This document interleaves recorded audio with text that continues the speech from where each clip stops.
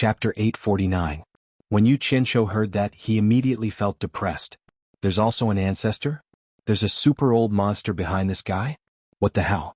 The sound of flapping wings could be heard on the roof. A group of bats hanging upside down on the roof beam swooped down and grabbed onto the net, flapping their wings in unison. Yu Qianzhou felt his center of gravity become unstable, and the lingering stench was unbearable. His entire body had already left the ground and was moving. This feeling was very unpleasant, so he opened his eyes and looked around blankly. When xuanhuan saw this, he was shocked. However, when he saw that Yu Qianzhou's eyes were blank and lifeless, he immediately laughed and waved his hand. "Brother Yu, the taste of this tea must be pretty good. Have a safe journey. I'm sure my ancestor will be very happy to see you. I won't be sending you off." Yu Qianzhou looked at him blankly as if he had never seen him before. His entire body was dragged out of the house by a group of large bats. He looked at himself getting further and further away from the building at the top of the mountain. Xianxia was still standing outside the house and waving at him with a smile. "Dog, don't be happy too early. There will be a time for you to cry." Yu Qianzhou gritted his teeth and cursed in his heart. Actually, when he poured the poisonous tea into his mouth, it was directly sent to Utopia to water the plants. He didn't touch a single drop. He was fully capable of escaping now, but after thinking about it, he decided to let nature take its course and take a look. If he wanted to take revenge, he had to find out the other party's background first. If he wanted to take revenge, he wouldn't even know what was going on. If he wanted to do it, he had to cut the weeds and eliminate the roots. A group of blood bats used a net to slowly drag Yu Qianzhou into the depths of the mountains. Actually, it was quite comfortable to sway like this, but the stench emitted by the group of bats was really unpleasant. Yu Qianzhou resisted the urge to explode. Under the starry sky, the ground was like an abyss, making it impossible to know where one was. The group of bats surrounded Yu Qianzhou and slowly descended into the largest abyss. After descending for about 100 meters, they dragged him horizontally into a cave in the mountain wall. The cave was quite long. After flying for a while, a warm and gentle light gradually appeared. Yu Qianzhou felt quite curious and wanted to see his surroundings.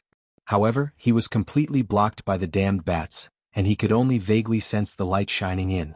Yu Qianzhou felt quite curious. Just as he was turning his head to look around, he suddenly felt himself losing his balance. His eyes lit up and the blood bats released their claws, allowing him to fall rapidly. His eyes lit up. The group of blood bats had already released their claws and he was falling rapidly. Before he could react, he heard a bang sound. Yu Qianzhou was in a daze and his face was twitching. He could only watch as the group of bats flew back the way they came. Soon he was attracted by the environment he was in. This was a huge palace and it was a rare jade palace. Everywhere was smooth and white jade and there were all kinds of jade carvings. There was even a milky white luminous pearl that was the size of 2 fists hanging on top of the palace. The gentle light was reflected in every corner of the jade palace, and it was very beautiful. The entire jade palace was integrated, and it should be a jade palace that was directly excavated from a large jade vein. Such a luxurious scene made Yu Qianzhou secretly exclaim in admiration. This was really a good place. As he was looking around, his eyes suddenly froze, and his pupils suddenly shrank. On the 9-step high platform in the main hall, there was a thick jade couch, and on it sat a man in a green robe with his eyes closed. He had green hair, green eyebrows, and a green mustache. He had a protruding mouth and monkey cheeks. Needless to say, this person must be Xianxuan's ancestor. Yu Qianzhou pondered for a while, and just as he was considering whether to leave, he suddenly saw the man on the jade couch open his eyes. Yu Qianzhou was startled. He suddenly had the urge to laugh in his heart. He finally understood why a person would be described as shifty-eyed. The word shifty-eyed was simply born for this person. But this person didn't know that he had a mustache that belonged to a rat. However, his pair of small eyes that were rolling around were still quite spirited. "Another one. It just so happens that I haven't had one in a long time." The man with the protruding mouth, monkey cheeks, and rat eyes nodded with satisfaction. He slowly floated out of the couch and stood on the ground, swinging his incomparably wide sleeves as he strode over. Without a word, he raised his foot and kicked Yu Qianzhou's thigh twice. He twirled his mustache and clicked his tongue. "I really couldn't tell. You don't look strong, but your body is full of muscle and you must have a lot of blood essence. You're only at soul formation stage, how come you can't even see through me?" The strength of those 2 kicks was not small, and Yu Qianzhou had to clench his teeth to restrain himself from cursing. Just as he was thinking about how to find an opportunity to launch a sneak attack with the purple flames, He saw the azure-clothed man open his mouth and spit out an egg-sized bead. The entire bead shone with a dazzling azure light, and it was filled with a boundless and powerful aura. It instantly lit up the entire palace, and it was extremely eye-catching. The cyan bead slowly floated towards Xianxia, who was trapped in the net. The cyan light shone in all directions. Every time the azure light was spat out, Xianxia could feel a huge pressure pressing down on him. Every time the bead retracted, he felt as if the blood in his body was about to burst out. The azure bead slowly moved along the surface of Xianxia's body. Xianxia gripped a purple flame in his palm, and he secretly complained. His entire face was flushed red as he forcefully resisted and endured, hoping to find an opportunity to launch a sneak attack. The man excitedly rubbed his hands together and cackled. Not bad, not bad. Your physique is not bad. This is a delicious meal, let me have a good taste. Xianxia was greatly shocked. It was clear that the opponent was going to make a killing move, but he didn't have the confidence to land a hit. From the corner of his eyes, he saw the azure bead moving up from his lower body, and his heart suddenly moved. Almost at the same time, Xianxia made up his mind. With lightning speed, he directly broke through the net and grabbed the azure bead in his hand. He quickly teleported to the corner of the palace, and with a flash of purple light, the net that was binding him turned into ashes in the blink of an eye. The man in blue was stunned. He couldn't believe that someone could easily break through the black gold net. After he came back to his senses, he angrily screamed, "Give me back my inner core." "Stop!" Xianxia shouted. He didn't dare to let the man near him. The hand that was covered in purple light tightly held onto the azure bead in his hand. However, the azure bead in his hand was not under his control. It struggled more and more, and it was not something that he could control with his cultivation. Left with no choice, the power of the purple fire suddenly exerted pressure on it. The azure bead in his hand let out a sizzling sound, trembled, and immediately became obedient. To be honest, Xianxia didn't want to destroy the azure bead in his hand. Without a doubt, the treasure that was hidden in the opponent's body was definitely not simple. It was just the right thing to use to threaten the opponent. If he destroyed it, the opponent would definitely fight him to the death. As long as he couldn't kill the opponent, he would undoubtedly make a mortal enemy in the immortal world. Just as he used the purple fire to pressure the azure bead, the man in blue let out an "ah" and held his head with both hands, letting out a shrill scream. Xianxia was startled. He looked at the azure bead in his hand and realized that this thing was actually connected to the strange man's body. If the azure bead was damaged, the opponent would also be implicated. Thinking about the two words "inner core" that the opponent said, he immediately understood. It must be the opponent's inner core, no wonder. Looking at the strange man who was trembling in pain, Xianxia immediately had an evil thought. If he directly destroyed this inner core, would he be able to get rid of this future trouble? With this evil thought in mind, he immediately put it into action. Purple light circulated in his palm, and the incomparably strong and intense temperature of the purple fire instantly acted on the azure bead. The green-clothed man immediately let out a blood-curdling scream. His entire body exploded into a cloud of green mist with a wung sound. A huge green shadow appeared and flew around the huge palace while screaming "Wah wah." Quickly stop, we can discuss anything." His cries for mercy echoed in the palace. Xianxia stared dumbfoundedly at the huge green shadow that revealed its original form. The opponent's original form was actually a huge green bat with a wingspan of 5 to 6 meters. He had never seen such a huge bat before, and it was green in color. Hearing the opponent say that everything could be discussed, Xianxia's eyes brightened. He immediately regained his composure and controlled the power of the purple fire. The huge green bat's body softened, and with a "pada" sound, it fell to the ground while shivering. It was truly a huge lump, and it was an eye-opener for Xianxia. Buzz! The green mist exploded, and the huge bat once again transformed into its human form. It crawled on the ground while shivering and wailed, "Xiaochangkuan, you little bastard, I have always treated you well, yet you dare to frame me." It was crying so pitifully that even if someone's parents died, they might not necessarily be as sad as he was. Xianxia looked at the azure bead in his hand and immediately laughed. It really was a lucky hit. He didn't think that he would be forced to act, and he would actually be able to grab this old monster's weak spot. Interesting. He immediately coughed and said, "Don't cry so much, this matter has nothing to do with that little bastard. I was the one who let him capture me." The bluish-clothed man suddenly stopped crying. He raised his tear-stained face and choked with sobs. "Is what you said true?" I am a person who dares to say anything, but I will never lie. Yu Qianqiu patted his chest as a guarantee and then immediately sneered, that little bastard actually tricked me into drinking poison tea, but he found the wrong target. How could a mere poison tea do anything to me? So I beat him at his own game. I wanted to see what that little bastard was up to, see who his backer was and why he dared to scheme against me. I didn't expect you to be the backer who allowed him to run amok. Today you are out of luck. Hearing that it was like this, the bluish-clothed man immediately stopped crying. Instead, he appeared to be somewhat comforted. He waved his wide sleeves to wipe away his tears and directly stood up. However, his legs were still a bit weak and he swayed a few times before stabilizing himself. It was clear that he had suffered quite a bit just now. On his already pale face, his small eyes darted around, and he cupped his hands in apology. This is truly a misunderstanding. Normally, that little bastard xuanhuan wouldn't easily make a move against others because we also don't want to cause trouble. Chapter 850. According to what you're saying, I was the one who started the trouble? Yu Qianqiu looked at the green bead trapped by the purple flames with malicious intent. The azure-clothed man jumped in fright and waved his hand in panic. No, it must be that little bastard's brain that's running amok.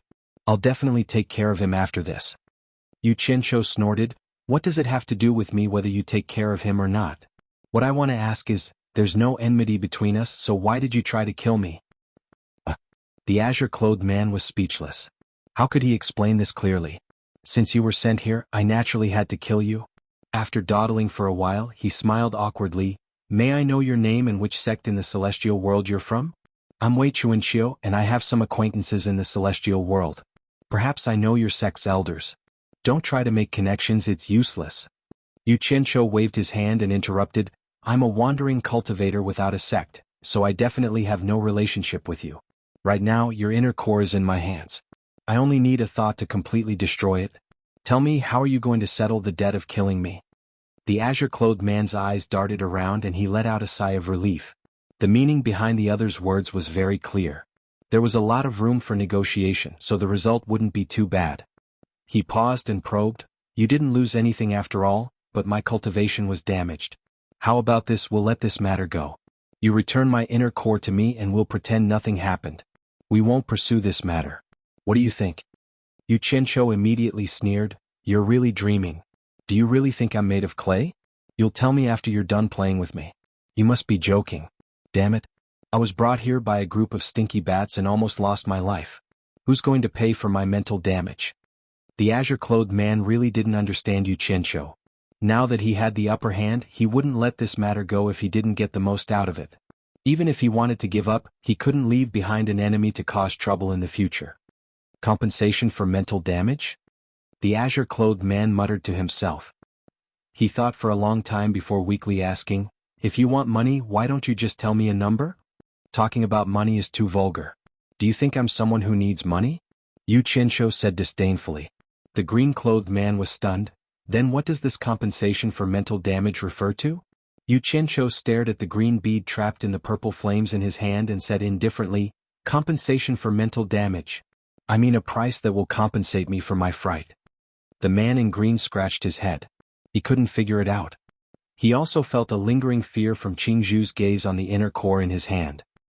The feeling just now was too painful and unbearable. It was the first time in his life that he had suffered like this. He didn't know what treasure was flashing with purple light in Qingzhu's hand.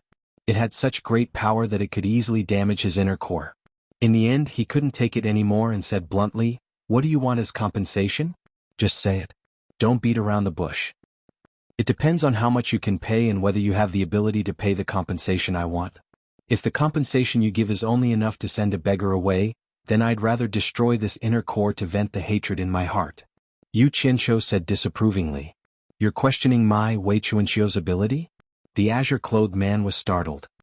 He pointed at his nose and said in surprise, have you never heard of me, Wei Chuanqiu, in the immortal realm? Or do you not want to settle this matter? Wei Chuanqiu?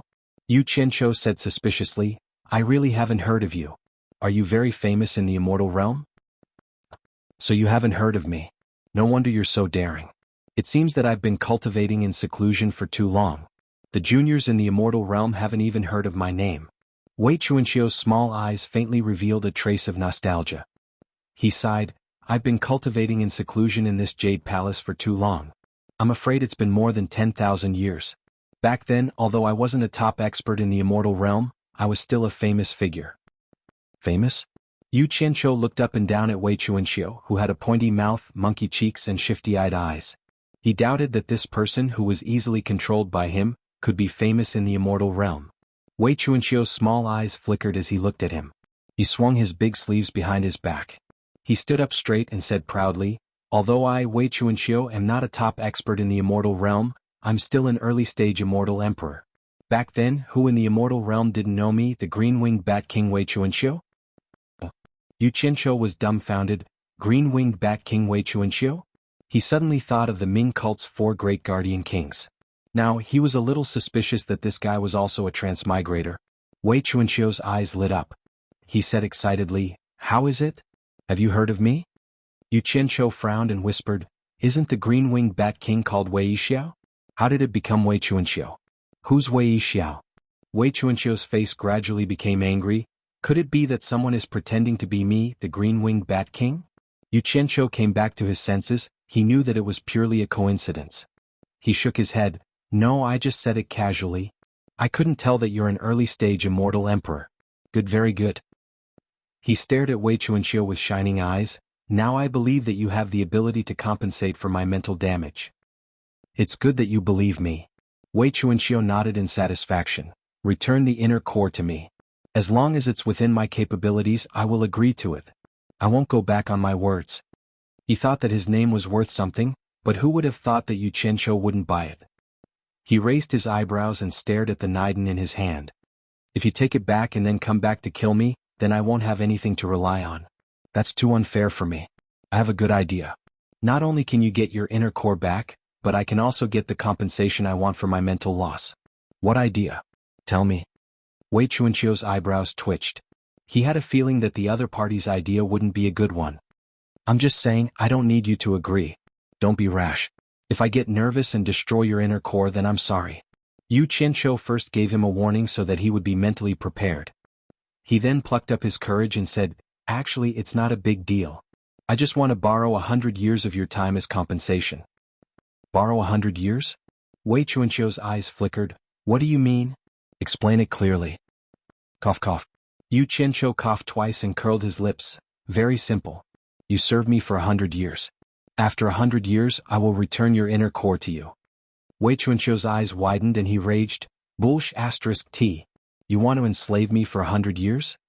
You seem to be willing to fight. Don't be rash." Yu Qianqiu shouted. He raised the inner core that was surrounded by purple flames and said, "I'm warning you. If I accidentally destroy it, don't regret it." "You." Wei Chuanqiu stomped his feet in anger and said, "Brat, you're courting death. You dare threaten me? Damn it. There's no such thing as a free lunch in this world." Yu Qianqiu's temper flared. The purple light in his hand shone brightly and he raised his eyebrows. "I'm threatening you. What can you do to me?" Wei Chuanqiu was so angry that he started yelling. He pointed his finger and shouted, "If worst comes to worst, I'll lose a lot of my cultivation today. I don't want to be bullied by you. If *CKU. You attacked first. You think you're in the right? I don't want to be bullied by you." Yu Qianqiu's mouth was fast, but his hands were even faster. He immediately attacked.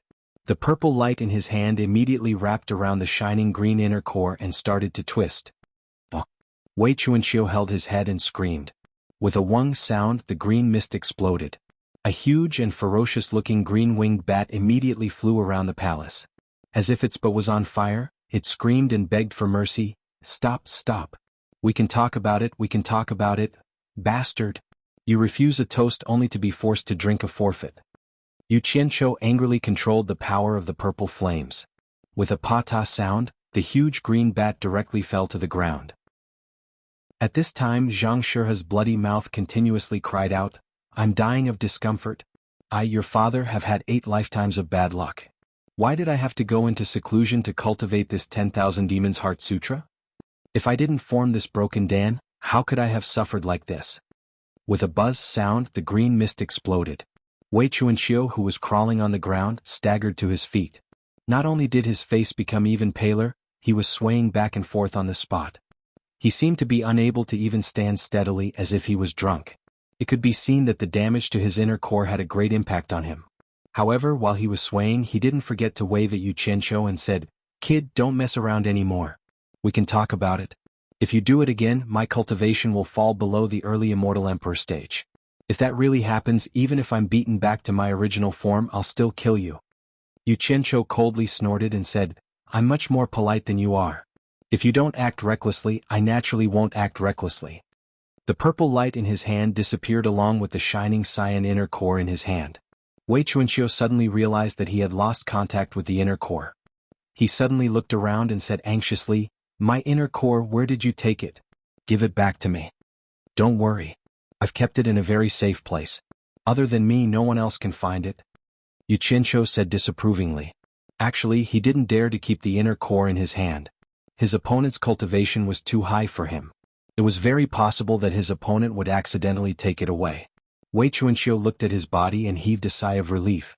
If his inner core was destroyed, not only would his cultivation fall, he would also be beaten back to his original form. Now that he was still standing here, it meant that the inner core was indeed safe and sound. However, the strange thing was that he couldn't sense the location of the inner core at such a close distance. Logically speaking, it was impossible. This was really strange. Chapter 851. Just as he was feeling puzzled, he caught sight of Yu Qianqiu's empty hands. He was stunned, and a ferocious glint flashed in his eyes. Yu Qianqiu narrowed his eyes. He knew that he was in trouble, but he endured it and didn't flee. As expected, Wei Chuanqiu had already disappeared from the spot. His neck tightened, and his entire body immediately became immobile. Wei Chuanqiu's sinister laughter rang in his ears. "Little brat, you're still too inexperienced to fight with me. Where's the inner core? Hand it over obediently."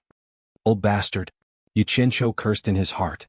His neck was tightly gripped by Wei Chuanqiu, and his throat was gurgling, but he couldn't say a word. But even so, he still didn't flash back to Utopia. Wei Chuanqiu couldn't be bothered to waste time with him. He directly pulled the storage bag off his waist and checked it with one hand.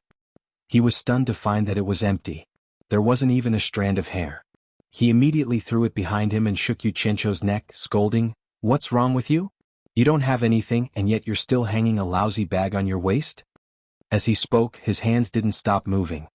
His sharp claws danced in the air, and with a hissing sound, the rags flew around the palace. In the blink of an eye, all of Yu Qianqiu's clothes were torn to pieces. However, he didn't find what he was looking for. Wei Chuanqiu grabbed Yu Qianqiu's neck like he was holding a duck that had its feathers removed. He shook his neck crazily and shouted, "Where is it? Where did you hide my inner core? Hand it over." "Bastard. Are you a pig? How am I supposed to speak when you're grabbing my neck?" Yu Qianqiu felt that his neck was about to break, and his eyes were blurry from the shaking. He kept rolling his eyes, but the other party was so anxious that he didn't notice anything. There was no need to doubt that this fellow was a ruthless person. Even if he was stripped naked and suffered such humiliation, he still clenched his teeth and endured it without dodging. Otherwise, with just a thought, he could safely escape the clutches of the demon and return to Utopia, but he just didn't want to. Wei Chuanqiu's expression froze as he recovered from his impatience. He also realized his mistake. He immediately released his 5 claws and clasped onto Yu Qianqiu's shoulder. Fortunately, Yu Qianqiu was not an ordinary person. Otherwise, he would have been dead. The red-faced Yu Qianqiu coughed twice and took a few deep breaths to calm himself down. Even though he couldn't move, he still gritted his teeth and said, "Wei Chuanqiu, you old bastard, you're obviously taking revenge on me. Fine, you win, but listen carefully. Since I dared to do this, I'm not afraid of you. I've already teleported the item away. If anything happens to me, someone will immediately destroy your inner core. None of us will have an easy time. Even if I die, it'll be worth it if I can drag an immortal emperor expert down with me." Teleported away? Wei Chuanqiu was stunned.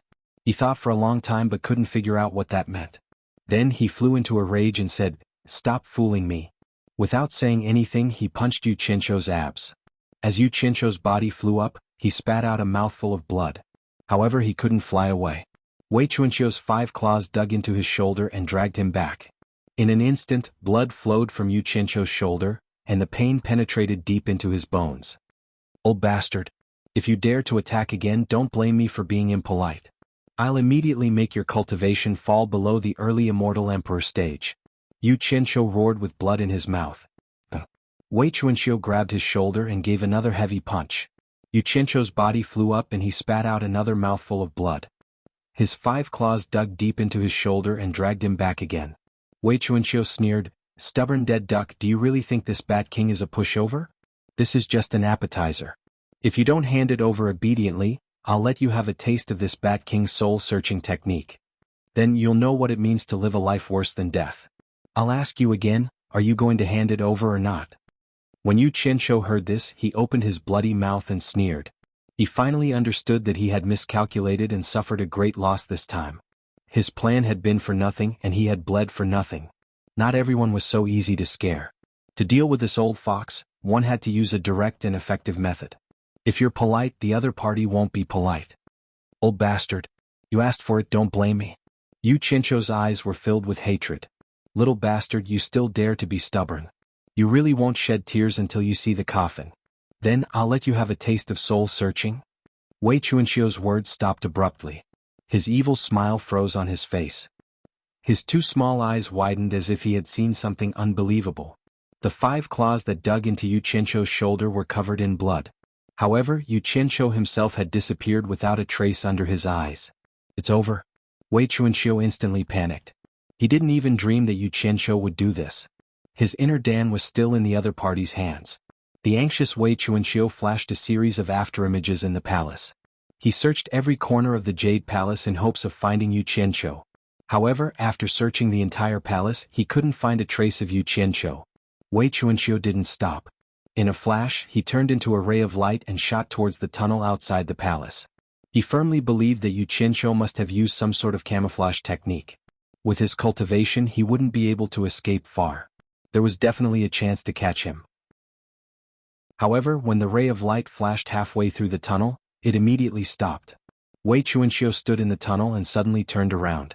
He stared in the direction of the Jade Palace. He suddenly sensed his inner Dan again. It was in the Jade Palace. Without thinking further, he turned into a ray of light and quickly returned. In the end, what he was worried about still happened. Inside the Grand Jade Palace, between 2 pools of blood and tattered clothes, Yu Qianqiu stood there with a cold smile. The blood on his face and mouth was still there. However, he had put on his clothes again. That damned purple light appeared in his palm again. The scariest thing was that the purple light was still trapping his shining green inner Dan. It was truly a matter of life and death. Wei Chuanxiu's mind was in a daze. He knew that he was in big trouble. He had just offended the other party. The other party was obviously here for revenge. He immediately waved his hands and begged, "Please don't do anything rash. Please don't do anything rash. Everything can be discussed." "Discuss my ass." Yu Qianqiu's angry roar echoed throughout the Jade Palace. He cursed, "Old bastard. Now you know fear? Just now, I showed my sincerity to discuss with you, but you tried to kill me. If I fall for your tricks again, I'll write the 3 words Yu Qianqiu upside down. Now I'll let you have your fill." "Don't." Wei Chuanxiu shouted anxiously, "There's no need to discuss. Whatever you say, I'll agree to it." Yu Qianqiu, who was about to kill him, was startled. He could still consider agreeing to anything. He squinted his eyes and said, "No matter what I say, you'll really agree to it?" Wei Chuanxiu looked at the purple light in Yu Qianqiu's palm. He nodded and said, "You're Yu Qianqiu, right? As long as it's not too excessive, I'll agree to it." "You bastard. You actually lowered your standards again. Are your words **t? Yu Qianqiu roared, "I want to beat you up now to vent my anger. Do you agree?" The purple light in his hand suddenly increased. Wei Chuanxiu was so frightened that he said, "Yes, I agree." "Bastard." Yu Qianqiu put away the purple fire and inner core. He rolled up his sleeves and strode forward. He pointed at the frightened Wei Chuanxiu and shouted, "You're not allowed to dodge. You're not allowed to use your cultivation to resist. Otherwise, I'll make you wish you were dead." While Wei Chuanxiu was dumbfounded, Yu Qianqiu took a few steps forward. His 2 fists were covered with a thick golden armor, and it was the kind of golden armor that was covered with teeth nails. With a "hoo" sound, he swung his fist that was as big as a casserole. A bang sound was followed by a "ah" scream, and Wei Chuanqiu's small body fell to the ground. If one didn't rely on their cultivation to resist, it would be very difficult. "Bastard, you dare to hit me?" Yu Qianqiu kept on cursing. He hugged Wei Chuanxiu and gave him a beating.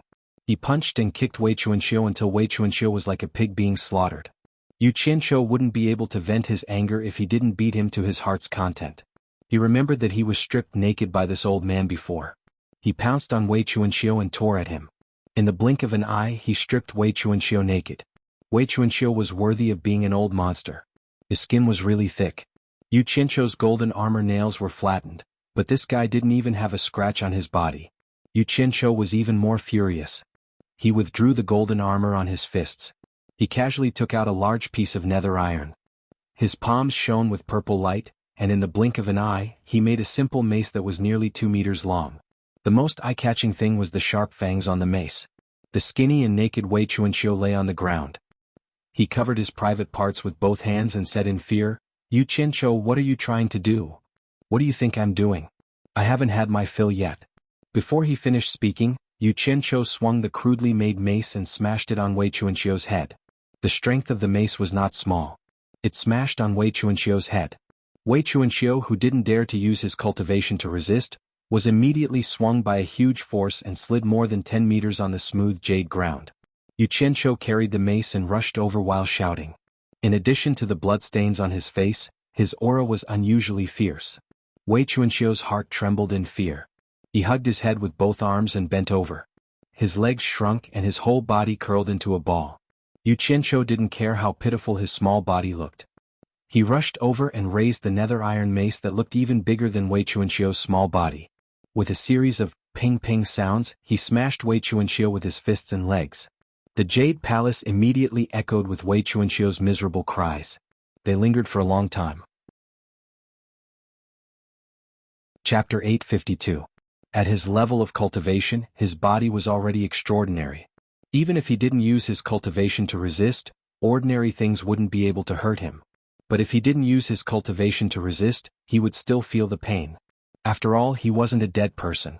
What's more, Yu Qianzhou was also a cultivator, so he didn't hold back when he beat him. Plus, the dark steel mace was quite sturdy, so Wei Chuanxiu's fate could be imagined. After a long time, the wailing and howling in the Jade Palace stopped. Wei Chuanxiu, whose hair was as messy as weeds, was naked in a corner of the Jade Palace. He covered his private parts with his hands and weakly raised his bruised and swollen head to peek. The dark steel mace was already deformed. Yu Qianzhou held it and panted slightly. He had finally vented the anger in his heart. He hadn't felt so good in a long time. He felt a lot more relaxed. He twisted his neck, stared at Wei Chuanxiu and said in an unquestionable tone, "Serve me for 100 years. After 100 years I'll return the inner core to you. Of course, if you perform well, I might return it after a decade or two. What do you think?" Wei Chuanxiu curled up in a corner and said with infinite resentment, "Do I have a choice?" No. Yu Qianzhou immediately rejected the idea. Then, he swung the deformed mace in his hand and it flew to the other side of the palace with a clanking sound. He clapped his hands and said, "You hit me before and I hit you now. Our previous grievances are written off. In the next 100 years, we'll get along well and work together." You. Wei Chuanxiu's mouth twitched. He wanted to curse but he held it in. Then he closed his mouth and a cloud of green mist exploded from his body. When the mist dissipated, he changed into a new set of clothes and the bruises on his face disappeared. After getting up, he looked around and found that the jade floor of the Jade Palace was a mess. There were potholes everywhere and all kinds of jade sculptures had fallen. It was really unsightly. Bat King Wei, you really know how to find a place. You actually opened up such a luxurious place to cultivate. Yu Qianzhou looked around and praised. He seemed to have written off all the grievances from before, as if the destruction of this place had nothing to do with him. Wei Chuanxiu's face was originally filled with resentment, but his expression changed when he heard this. He slowly shook his head and sighed, "I didn't create this place. I discovered it by accident. This place is the cultivation place of the peerless master, Tai Shu Zheng. It's a pity that we've ruined it. It's really disrespectful." Peerless expert Tai Shu Zheng? Yu Qianzhou was startled. He racked his brains for a moment, but he didn't seem to have heard of such a person before. He couldn't help asking suspiciously, a person who can be called a peerless expert shouldn't be a nameless person. How come I've never heard of such a person? That's because you're ignorant. Wei Chuanxiu was halfway through his words when he immediately remembered that Tai Shu was pinching his sore spot. He couldn't afford to offend this guy now, so he immediately changed his words. "It's normal that you haven't heard of him. This person became famous earlier than immortal Emperor Jin Tai. When he shocked the three realms, immortal Emperor Jin Tai was still nowhere to be found. I guess there aren't many people in the younger generation who know of Tai Shuzheng. Became famous earlier than immortal Emperor Jin Tai? Yu Qianzhou was slightly shocked. He looked around the huge jade palace and after careful observation, he found that there was a faint sense of vicissitudes. He asked in disbelief, "Why have I never heard of such a person? Could it be that he has already gone to the legendary god realm?" No. Wei Chuanqiu shook his head and sighed with admiration on his face. It said that with his cultivation he was qualified to ascend to the god realm. However, he was killed by someone. Yu Qianzhou was stunned when he heard this. He was stunned and said, his cultivation was high enough to ascend to the god realm, but he was killed by someone. Oh my god. Who would have such an ability? Could it be that someone from the god realm did it? Wei Chuanqiu shook his head again and turned to walk up to the 9-tiered high platform. After he got on the high platform he bent down and touched the thick and simple jade couch. He said slowly, "That is a story that has been sealed for countless years. I'm not sure what exactly happened. A long time ago, there was a peerless expert among the demon cultivators who shocked the three realms. He was called the ancestor of all demons by the demon cultivators. This person was Tai Shuzheng. Rumor has it that just as Tai Shuzheng was about to ascend to the god realm, another peerless genius appeared in the diabolism. It was this peerless genius that destroyed Tai Shuzheng's hope of ascending to the god realm." The demon god. Yu Qianzhou exclaimed when he heard this. He subconsciously thought of the demon god. Who else could be called the peerless genius of the diabolism other than the demon god? Yu Qianzhou cried out, "Could it be that the demon god killed the ancestor of all demons, Tai Shuzheng?" Wei Chuanqiu touched the jade couch and nodded. That's right, it was the demon god. Then he turned around and slowly sat on the couch. He stared at Yu Qianzhou and said, "In fact, the demon god wasn't called the demon god before he fought with Tai Shuzheng. It was because he defeated Tai Shuzheng that he gained the right to ascend to the god realm. Later on people called him the demon god. Before that, the demon god's name in the three realms was Yi." The demon god's name was Yi. What a strange name. Yu Qianzhou touched his chin and pondered for a while. He asked suspiciously, since Tai Shuzheng's cultivation level was high enough to ascend to the god realm, and the demon god was able to defeat Tai Shuzheng, it meant that he also had the ability to ascend to the god realm. But why did you say that he defeated Tai Shuzheng to gain the right to ascend to the god realm and become the demon god? This. Wei Chuanqiu twirled his mustache and said in a low voice, "This happened too long ago, so there's no way to verify it. However, there are two legends that point out that the demon god defeated Tai Shuzheng to gain the right to ascend to the god realm." Seeing that Zhang Xian had stopped, Yu Qianzhou anxiously scratched his ear and urged, "Hurry up and finish your story." "Which two legends? Tell me so that I can broaden my horizons." In fact, he was very interested in the demon god. One should know that Yan Zhuixing, whose life or death was unknown, had always been a shadow in his heart. The terrifying demon god was Yan Zhuixing's backer, so he was eager to know everything about the demon god. Wasn't there a saying, "Know yourself and know your enemy, and you will emerge victorious"? That was what Yu Qianzhou thought. It was better to be prepared than to know nothing. Many people know about the first theory, but I heard about the second theory from an old senior. I'm afraid there aren't many people who know about it. Wei Chuanqiu twirled his mustache and said slowly, "It's said that ascending to the god realm doesn't just depend on one's cultivation. Of course, if one's cultivation doesn't reach a certain level, it's even more impossible to ascend to the god realm. It's said that the god realm doesn't confer gods easily. Every time the god realm descends, the number of people who can ascend to the god realm is limited." Yu Qianzhou was speechless and said, "You must be joking. There's a limit to the number of people who can ascend to the god realm? Are you saying that there was only one person who could ascend to the god realm, so the demon god and Tai Shuzheng fought?" "That's roughly what it means." Wei Chuanqiu nodded and said, "The first theory is that there was only one person who could ascend to the god realm. As you said, Tai Shuzheng and Yi fought over this person. In the end, Tai Shuzheng was defeated and died. The second theory is that there were actually two people who could ascend to the god realm." "Two people? Then why did they fight?" Yu Qianzhou was shocked and suddenly thought of Bai Changchun. It seemed that the demon god was also a belligerent. Maybe the demon god was also like Bai Changchun, who had nothing better to do and challenged experts everywhere. In the end he killed Tai Shuzheng. Wei Chuanqiu shook his head and said with a smile, "This legend is more interesting, but I don't think it's very credible. It said that there were indeed two people who could ascend to the god realm. However, other than Tai Shu Zheng and Yi, there was also a peerless expert called Ming. The three of them were called Jing and Ming. Three peerless experts appeared at once, so naturally two people were not enough. The reason why this legend is interesting is because of the person called Ming. It said that Ming was a woman, and both Zheng and Yi fell in love with this woman. The three of them were actually friends. The ancestor of all demons and the demon god fell in love with a woman called Ming at the same time. Yu Qianqiu murmured and raised his eyebrows. Could it be that because Zheng and Yi fell in love with Ming, the two men gave one of the two people who could ascend to the god realm to Ming? In the end, there was only one person left, so the two men fought for that person, and in the end, Zheng was killed by Yi? That's right. The second theory is the same as what you guessed. That's the general meaning. Wei Chuanqiu laughed wretchedly. That's a little too melodramatic. Yu Qianqiu said. He felt that it was somewhat impossible. In his impression, such experts should be like Bai Changchun, who abandoned everything to pursue the peak of cultivation. It seemed that they should not be restrained by love. After a short moment of silence in the Jade Palace, Yu Qianqiu suddenly exclaimed. He raised his eyebrows and seemed to have thought of something. After a while, he looked around and asked, Bat King Wei, did you just say that this is the cultivation place of the ancestor of all demons, Tai Shu Zheng? Wei Chuanqiu was stunned. That's right. That's what I said. This is indeed the cultivation place of the ancestor of all demons, Tai Shu Zheng. Is there a problem? Yu Qianqiu rubbed his chin and said with a smile, although this palace is luxurious, it's unusually simple. How did you know that this is the cultivation place of Tai Shu Zheng? Could it be that you found some evidence here? Why don't you take it out and let me have a look? Wei Chuanqiu's expression changed slightly, but it quickly turned into disdain.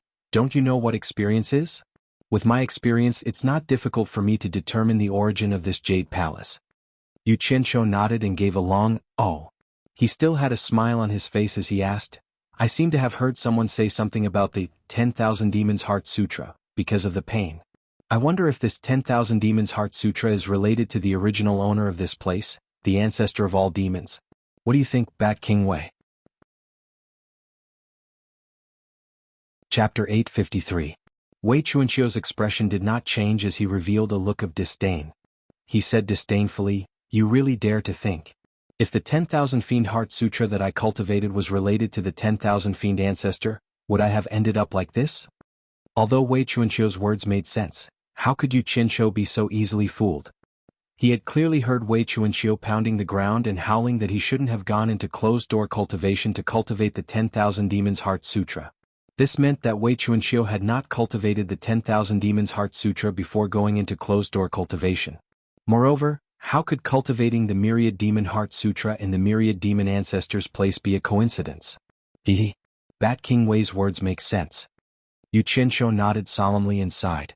With your fame in the immortal world, I'm sure your Myriad Fiend Heart Sutra has intimidated many people.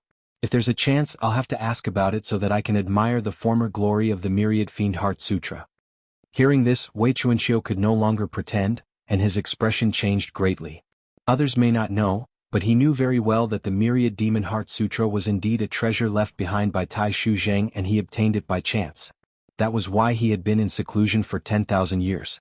It was only because the Myriad Demon's Heart Sutra was suitable for demons to cultivate, and he himself was a descendant of primordial beasts. Now he was even ranked among the ranks of immortal beasts. Although he was closely related to demons, there was still a huge difference between him and demons. After 10,000 years, he finally found a way to achieve the same goal through different means and began to condense a Yao Dan. He saw that the day he would be able to cultivate the Myriad Demon Heart Sutra was not far away. Who would have thought that he would run into Yu Qianqiu, the jinx, at this time? Yu Qianqiu actually snatched away the inner core that he had painstakingly refined. The meaning of Yu Qianqiu's words was very clear. He was clearly threatening him. Once the secret that he possessed the Myriad Demon Heart Sutra was revealed, most people might not know what the Myriad Demon Heart Sutra was, but some of the old fellows in the immortal world would definitely have heard of it, especially Immortal Emperor Jin Tai. One must know that the cultivation method of the ancestor of all demons, Tai Shu Zheng, was definitely a peerless cultivation method. Based on Immortal Emperor Jin Tai's character, he would definitely not tolerate the appearance of someone who challenged his authority. Once the secret of the 10,000 Demon Heart Sutra was leaked, Immortal Emperor Jin Tai would definitely not let him off. At that time it would be the day of his death. At this moment, Wei Chuanqiu's pupils constricted, and a strong killing intent brewed in his heart. However, on second thought, his inner core was controlled by Xianxia. He had tried before, and even if he killed Xianxia, he would not be able to find his inner core. The consequences of losing his inner core were very serious. If it was really as Xianxia had said, if something happened to him, someone would immediately destroy his inner core. Then he would completely degenerate into a ferocious beast with no intelligence. He could not afford to take this risk. Xianxia, what do you want? Wei Chuanxiu stood solemnly, and with a gloomy expression, he gritted his teeth and said, I have agreed to serve you for 100 years, it is already very difficult. Don't be greedy and go too far. Xianxia shook his head and smiled. He slowly walked towards the high platform and sat on the jade couch. He touched the jade couch under his buttocks and said, Looks like I guessed correctly, the 10,000 Demon Heart Sutra is indeed related to the ancestor of all demons, Tai Shu Zheng. Wei Chuanxiu tilted his head and looked at him, his small eyes flashing with a gloomy light. So what? Do you want the 10,000 Demon Heart Sutra? That is impossible. Let me tell you, I can give up anything, but the 10,000 Demon Heart Sutra belongs to me alone. This sutra contains my lifelong dream. Even if I die, I will not give it to anyone else. You better give up on this idea.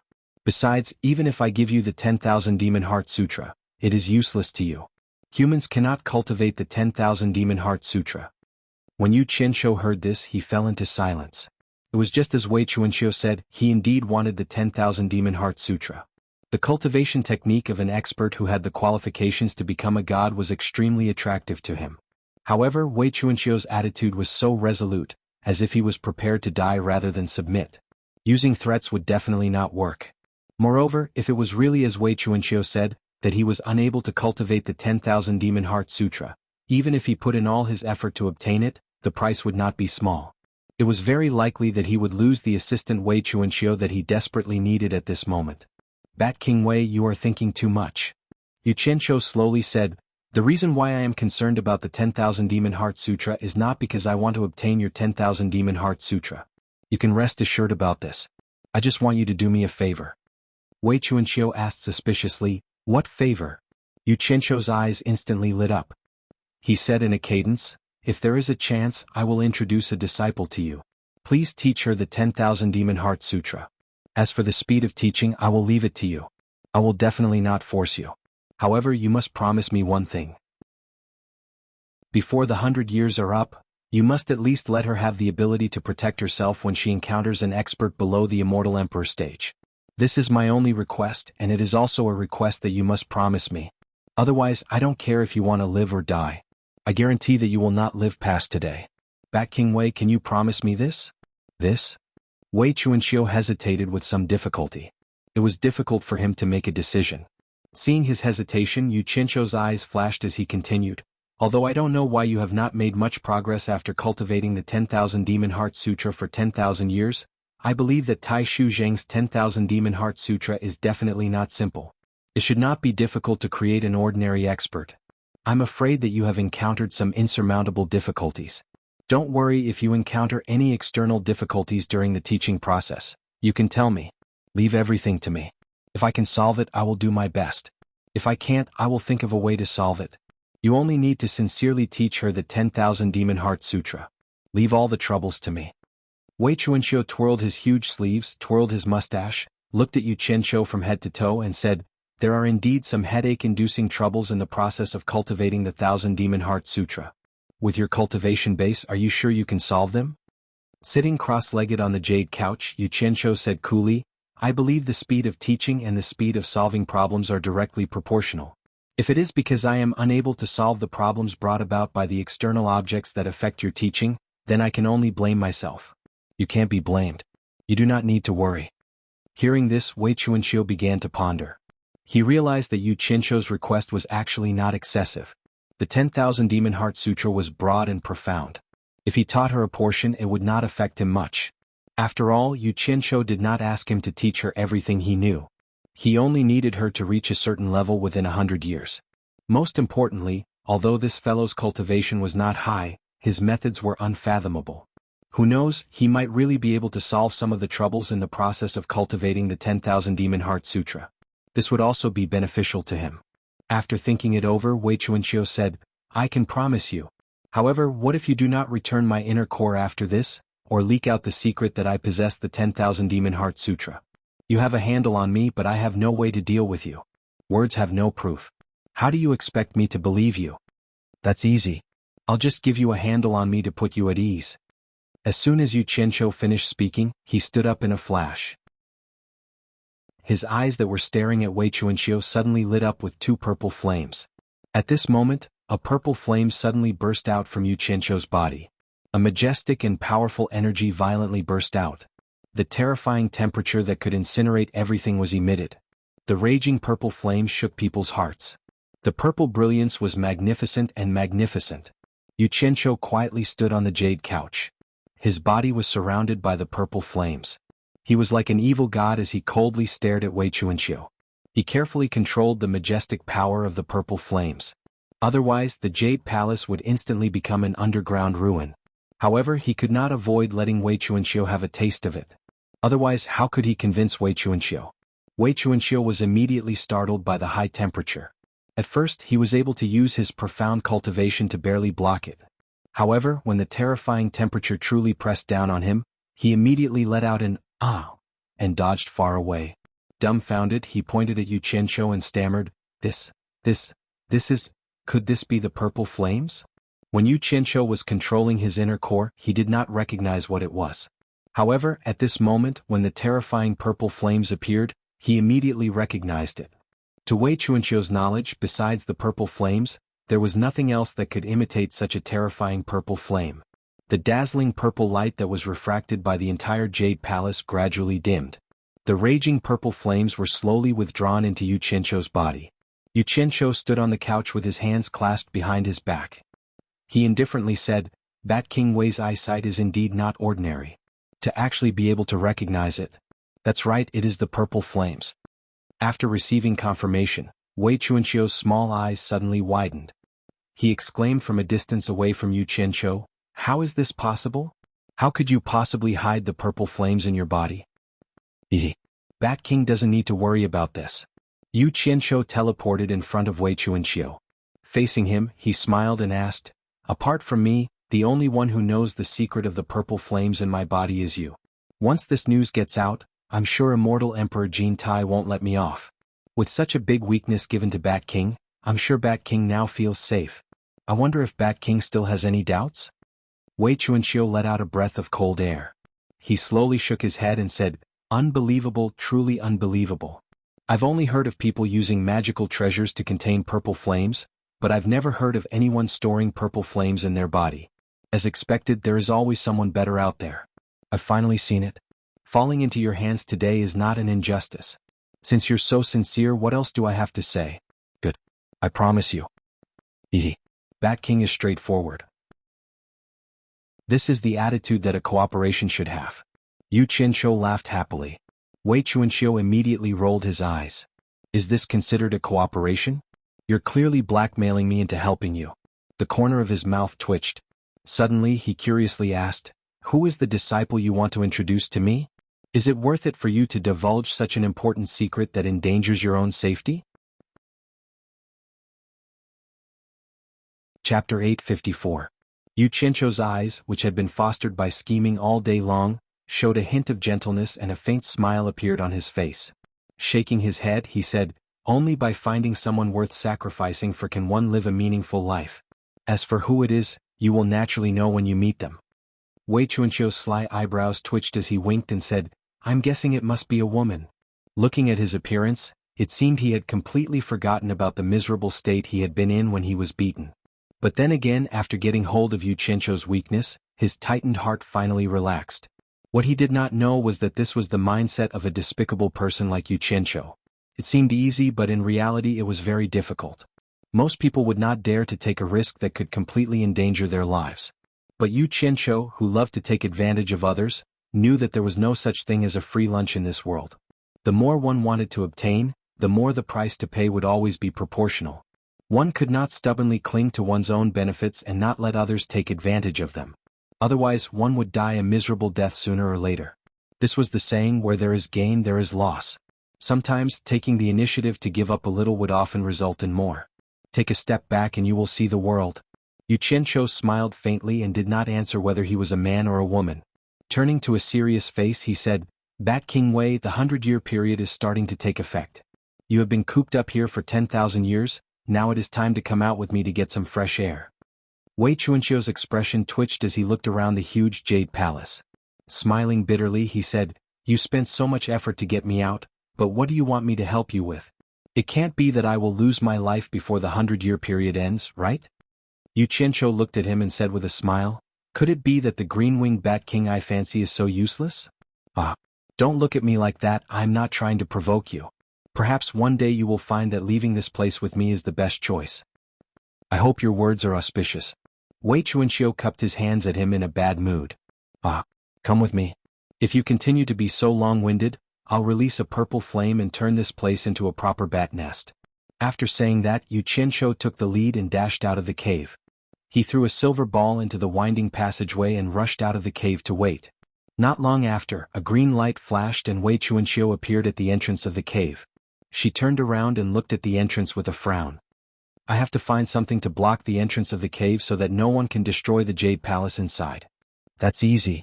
I'll help you." Yu Qianqiu floated in front of him and stretched out his 5 claws at the entrance of the cave. The rocks at the entrance of the cave began to change silently and slowly fused together. In the blink of an eye, the entrance of the cave disappeared. The stone wall that seemed to have been cut by knives and axes was no different from the weathered stone walls around it. Who would have thought that there would be a cave behind this stone wall? This. Wei Chuanqiu was dumbfounded. He had seen people who could control earth, but he didn't think that there would be someone who could control stone and change it at will. He looked at Yu Qianqiu speechlessly. He found that this guy was really unfathomable. How could a soul formation stage cultivator have so many magical methods? Could it be that after staying in the cave for 10,000 years, he had lost touch with the outside world? Wei Chuanqiu shook his head and took out a jade talisman. He injected something into it and crushed it. A faint light quickly disappeared into the air. Yu Qianqiu was no longer a rookie in the celestial realm. He knew that this was the celestial realm's communication method. However, he couldn't use such a high-level communication method before reaching the celestial realm. He coughed and asked, "Who are you communicating with? Tell xuanhuan not to disturb me without my permission." Wei Chuanqiu threw the jade talisman in his hand. Yu Qianqiu raised his eyebrows and sneered, "Hee. I'm going to settle the score with him." "Settle the score with him?" Wei Chuanqiu said unhappily, "He is my man after all. Are you not going to give me face?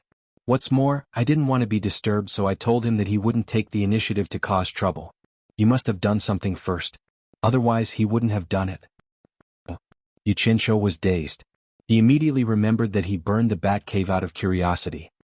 He waved his hand and said, "For your sake, I'll let this matter go. I won't pursue it anymore." Yu Qianqiu became spirited. He rubbed his hands and said excitedly, "To hallucinatory immortal city first." Wei Chuanqiu said, "Cold wind howled in the abyss." The cold wind howled incessantly in the innumerable gully abyss. The two of them directly soared into the sky from the abyss one after the other, flying away quickly. Almost in the blink of an eye, Yu Qianqiu was dumbfounded. He cursed in his heart and desperately chased after it. Wei Chuanqiu, who forgot about Yu Qianqiu, also reacted. He looked back and found that Yu Qianqiu was nowhere to be found. He immediately recalled that Yu Qianqiu's cultivation was only at the soul formation stage. Furthermore, he was born with the ability to fly. His flying speed was one of the best in the immortal world. How could Yu Qianqiu catch up to him? He stopped in the air and waited for a while before he saw Yu Qianqiu chasing after him. As he flew, he shouted, "Bat King Wei, don't just care about yourself." Wei Chuanqiu waited for him to catch up and slowly flew with him. After flying for a while, Wei Chuanqiu asked impatiently, "With your speed, it will be a month later when we reach hallucinatory immortal city, right? That long?" Yu Qianqiu was shocked. He said, "How about you use a flying shuttle to carry me?" Wei Chuanqiu said, "Give me the flying shuttle." Yu Qianqiu shook his head, "I don't have that." Wei Chuanqiu said in disdain, "You don't have it. Who in the immortal realm has seen me use a flying shuttle? Why don't you show your true form and carry me?"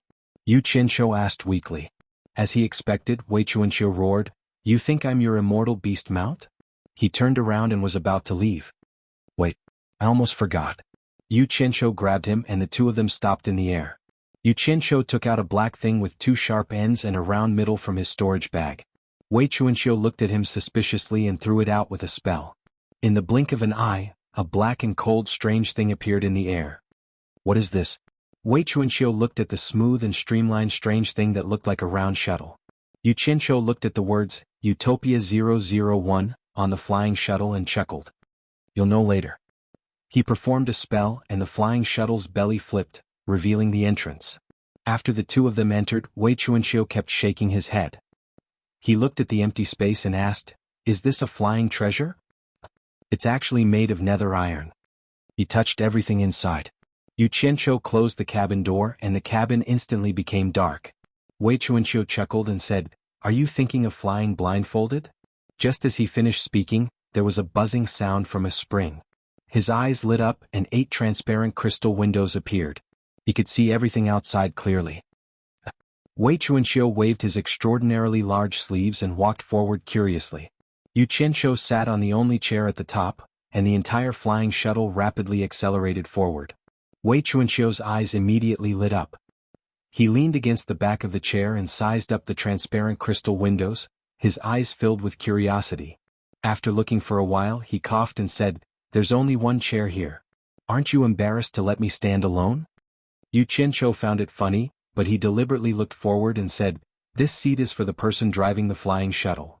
Sigh. With your cultivation level, your speed is too slow. Move aside, let me do it.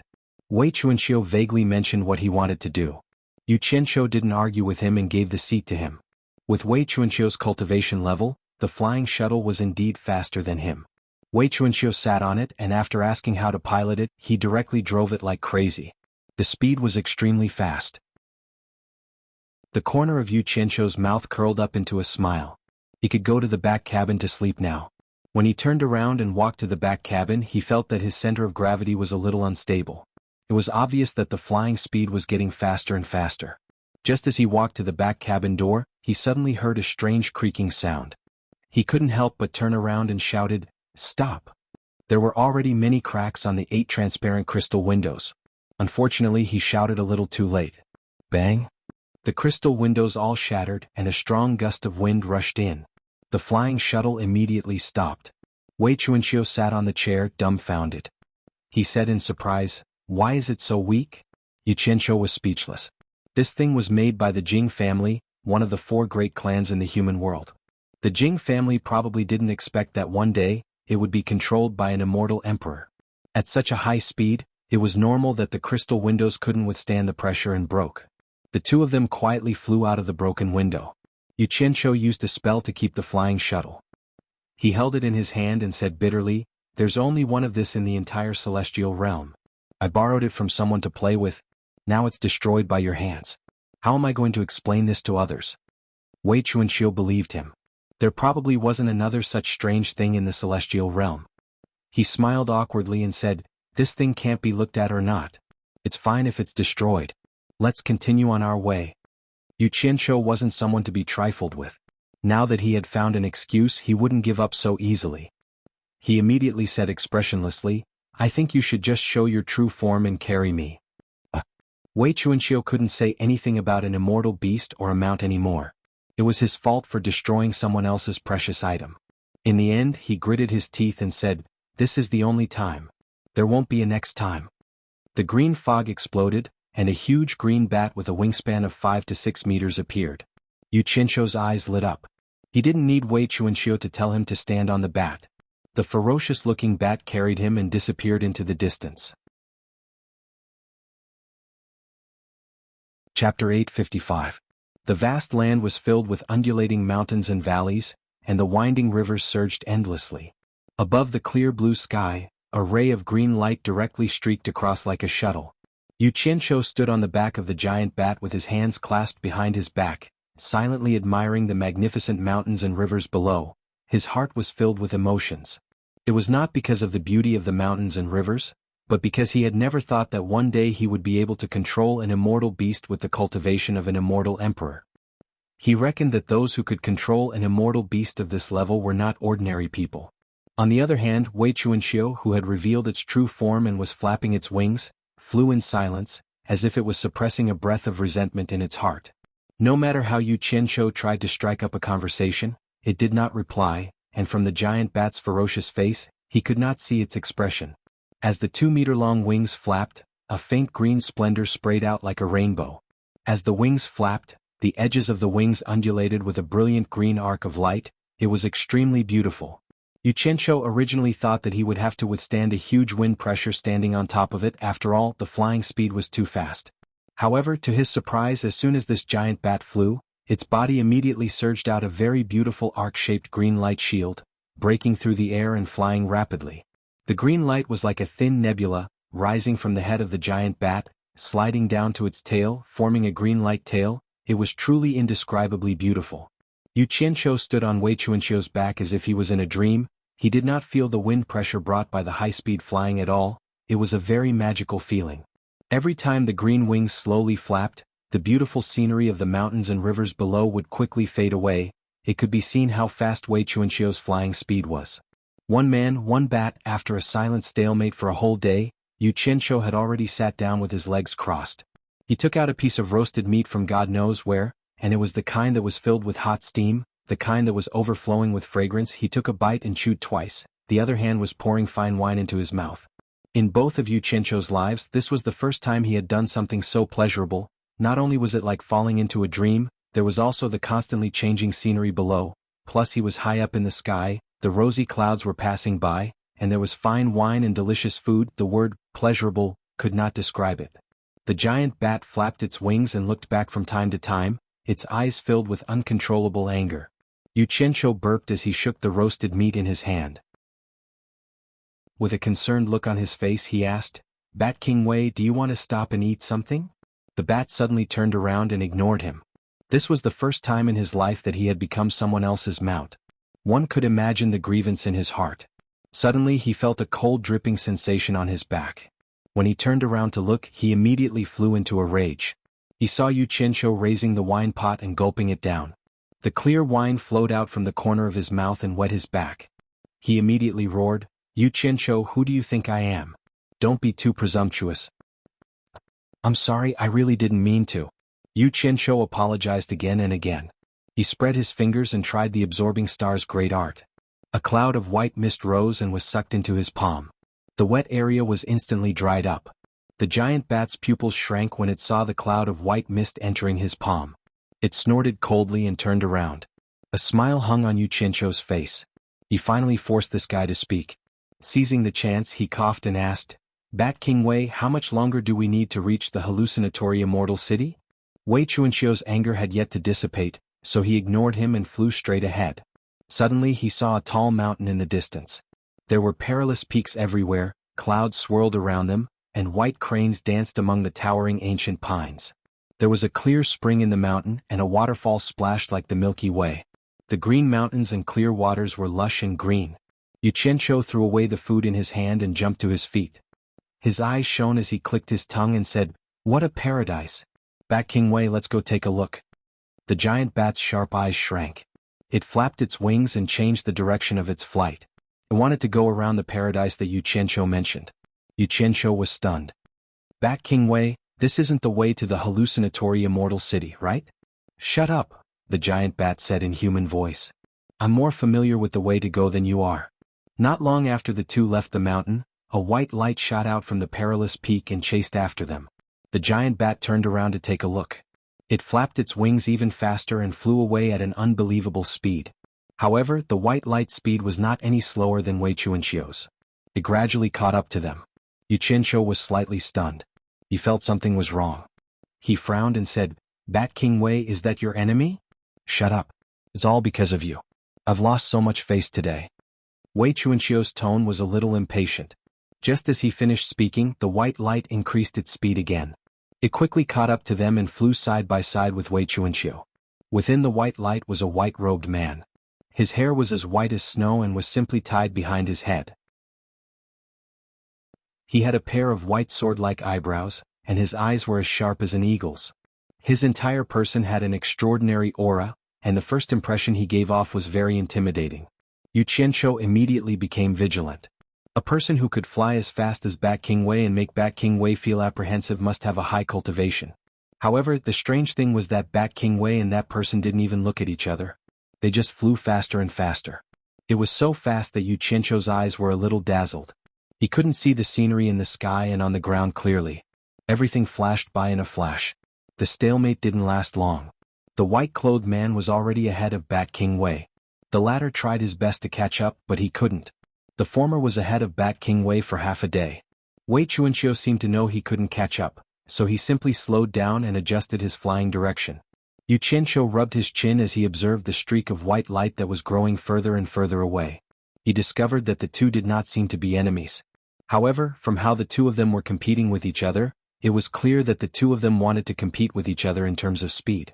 Just as he was about to ask Wei Chuanxiu who the other person was, he suddenly saw the white light change direction and chase after them again. Not long after, the white-clothed man was flying side by side with Wei Chuanxiu again. Yu Qianqiu was staring at the other person. At this time, the white-clothed man also slowly turned his cold face over. He stared at Yu Qianqiu with a gaze as cold as ice. When he discovered that he couldn't see through Yu Qianqiu's cultivation, a trace of surprise appeared in his cold eyes. Before, I thought I was mistaken. I didn't think it really was you, a stinky bat who's been hiding somewhere for tens of thousands of years. The white-clothed man's gaze fell on Wei Chuanxiu.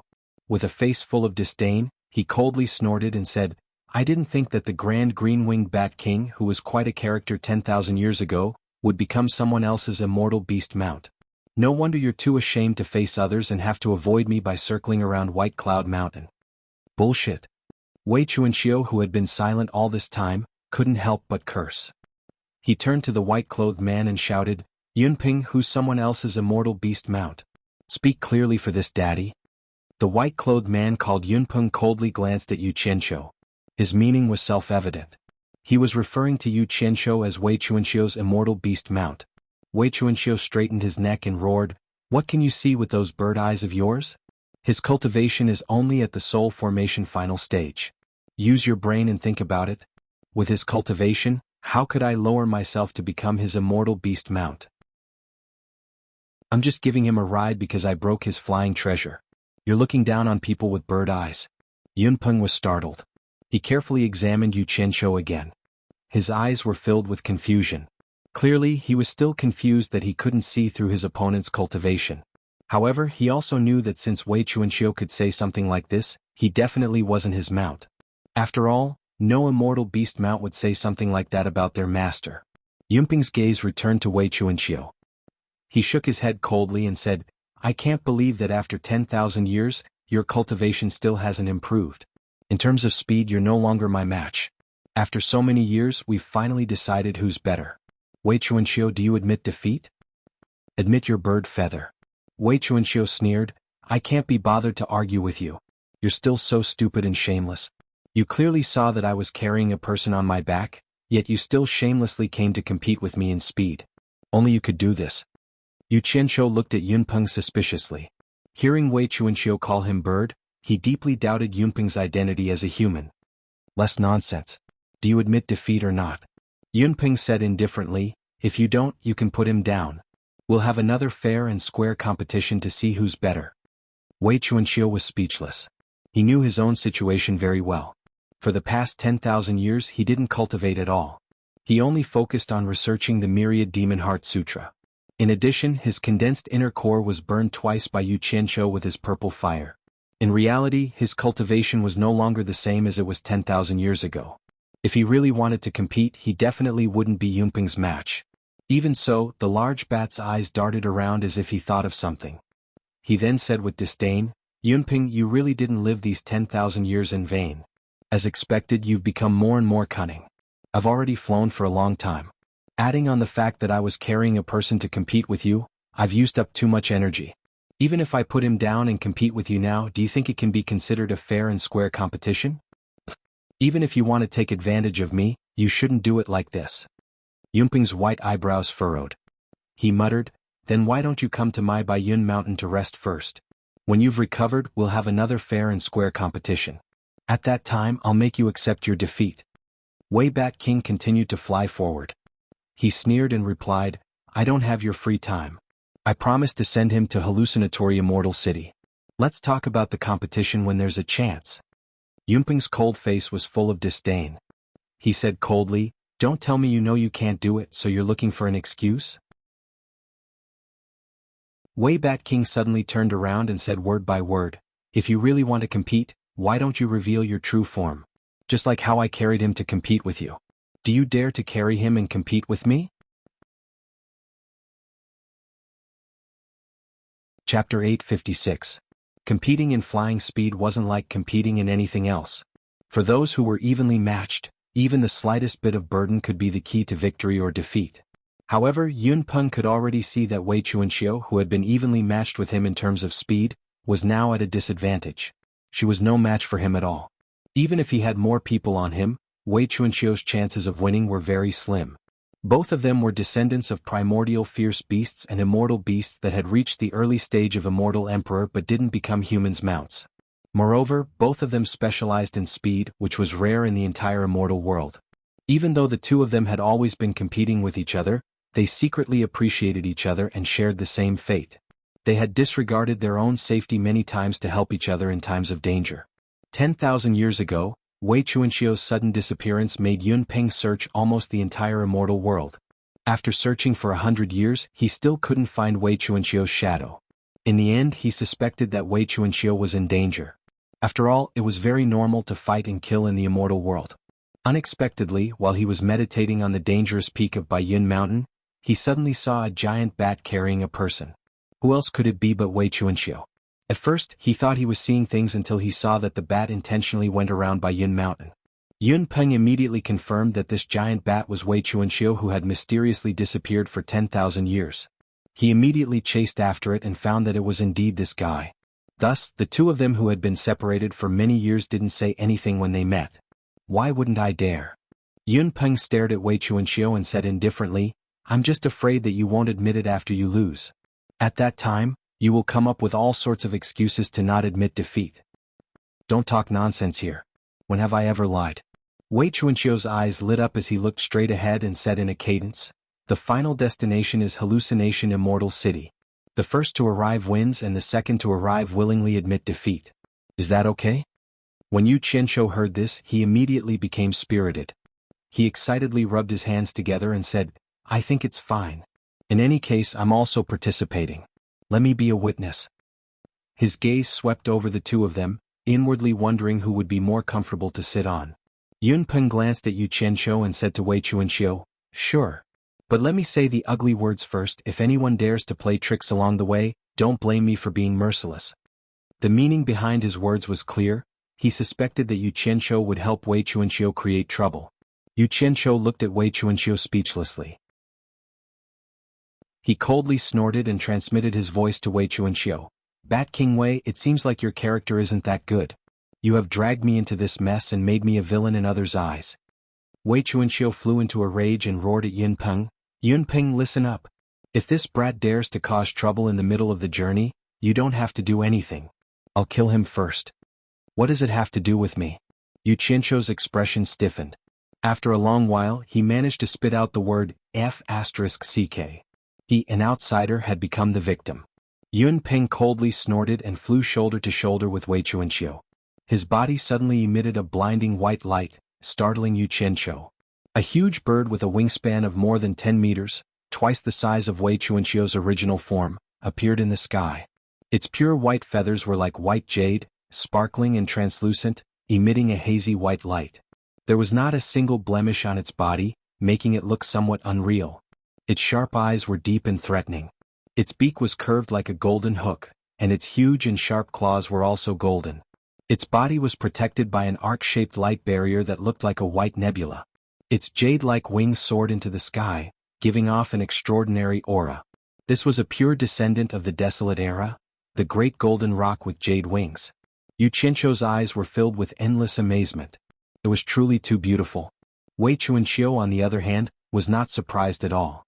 He quickly moved toward the cloud rock and suddenly flipped himself above the cloud rock. His body emitted a powerful force. As he flipped himself in the air, he directly pushed Yu Qianzhou away. F***ck. Stinky bat, what are you trying to do? Before he could react, Yu Qianzhou let loose a torrent of curses. The flying speed of these two cultivators was truly frightening.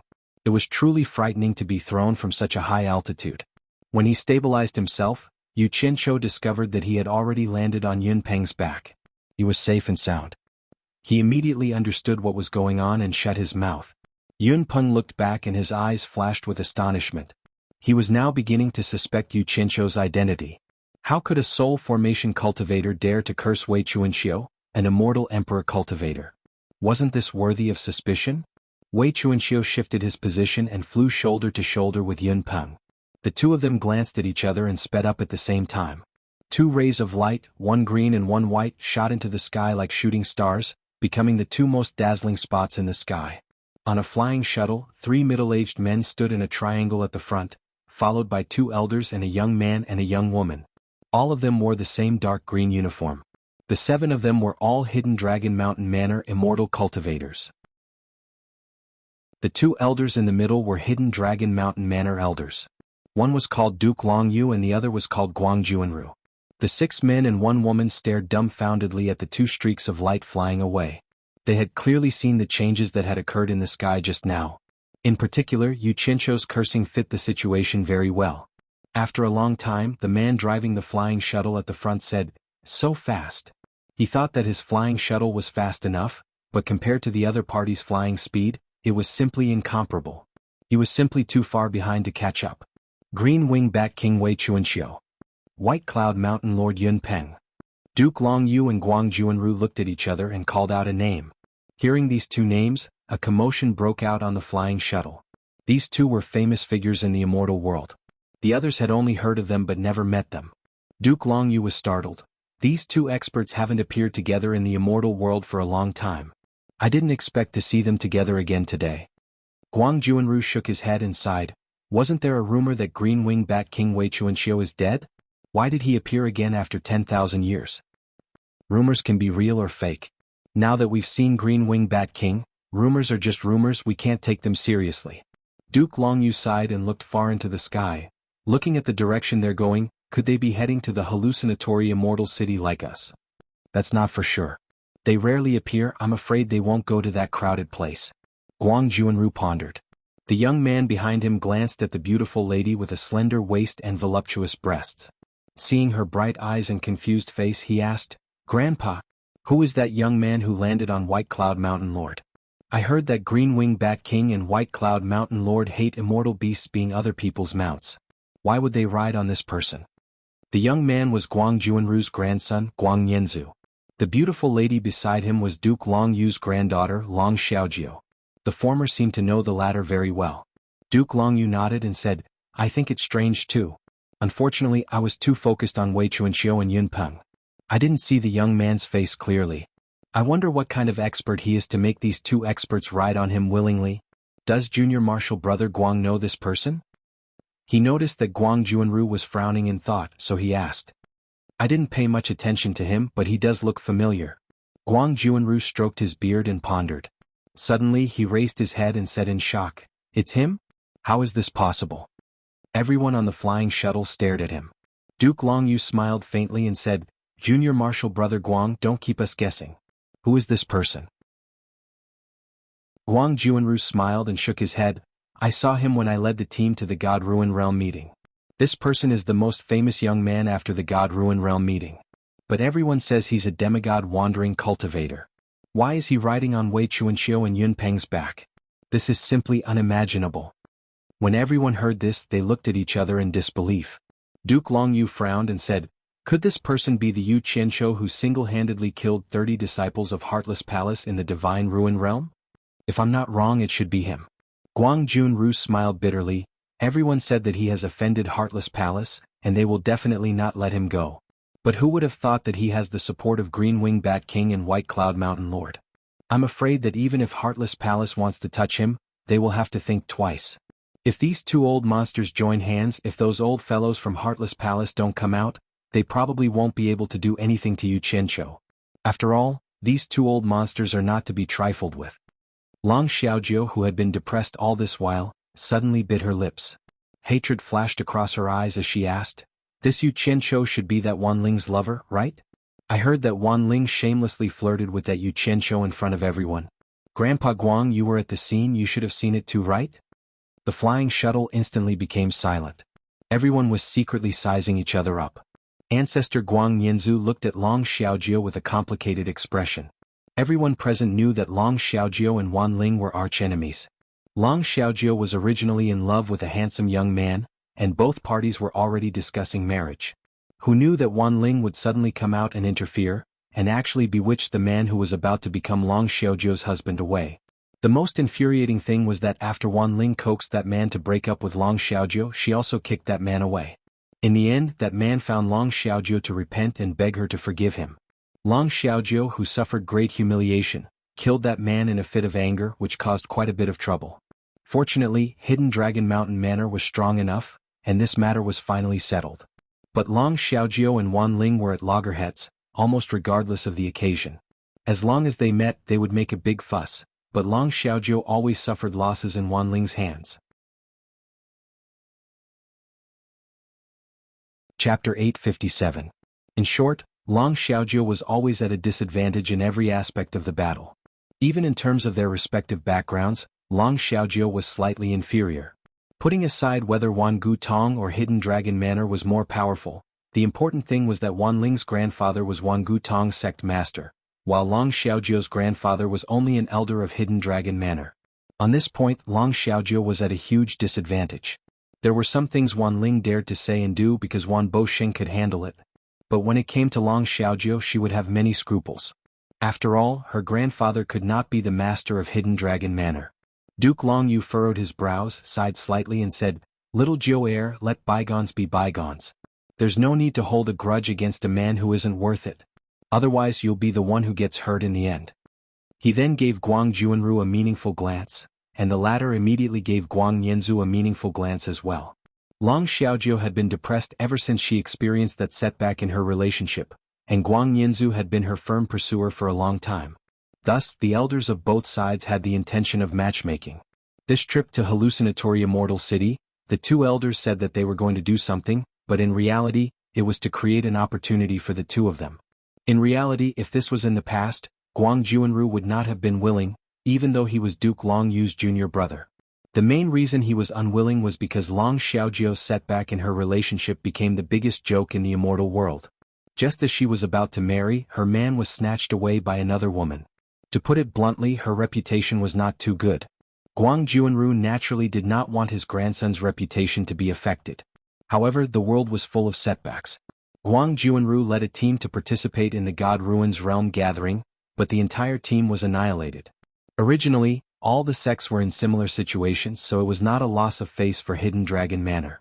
However, the key was that his background in the sect was not deep, because the direct descendants of Hidden Dragon Manor all had the surname Long, and he was an external elder. Thus, there were people who wanted to use this matter to mess with him. At this time, Long Yu was worried about Long Xiaojiu's marriage. Although he knew that his granddaughter was still pure, there were all kinds of rumors going around. His granddaughter had actually become a used shoe, causing all the young geniuses who were interested to avoid Long Xiaojiu like a snake or a scorpion. There were great talents who wanted to play around, but if he really wanted to marry her, everyone would think that it was a joke and they would all tactfully refuse.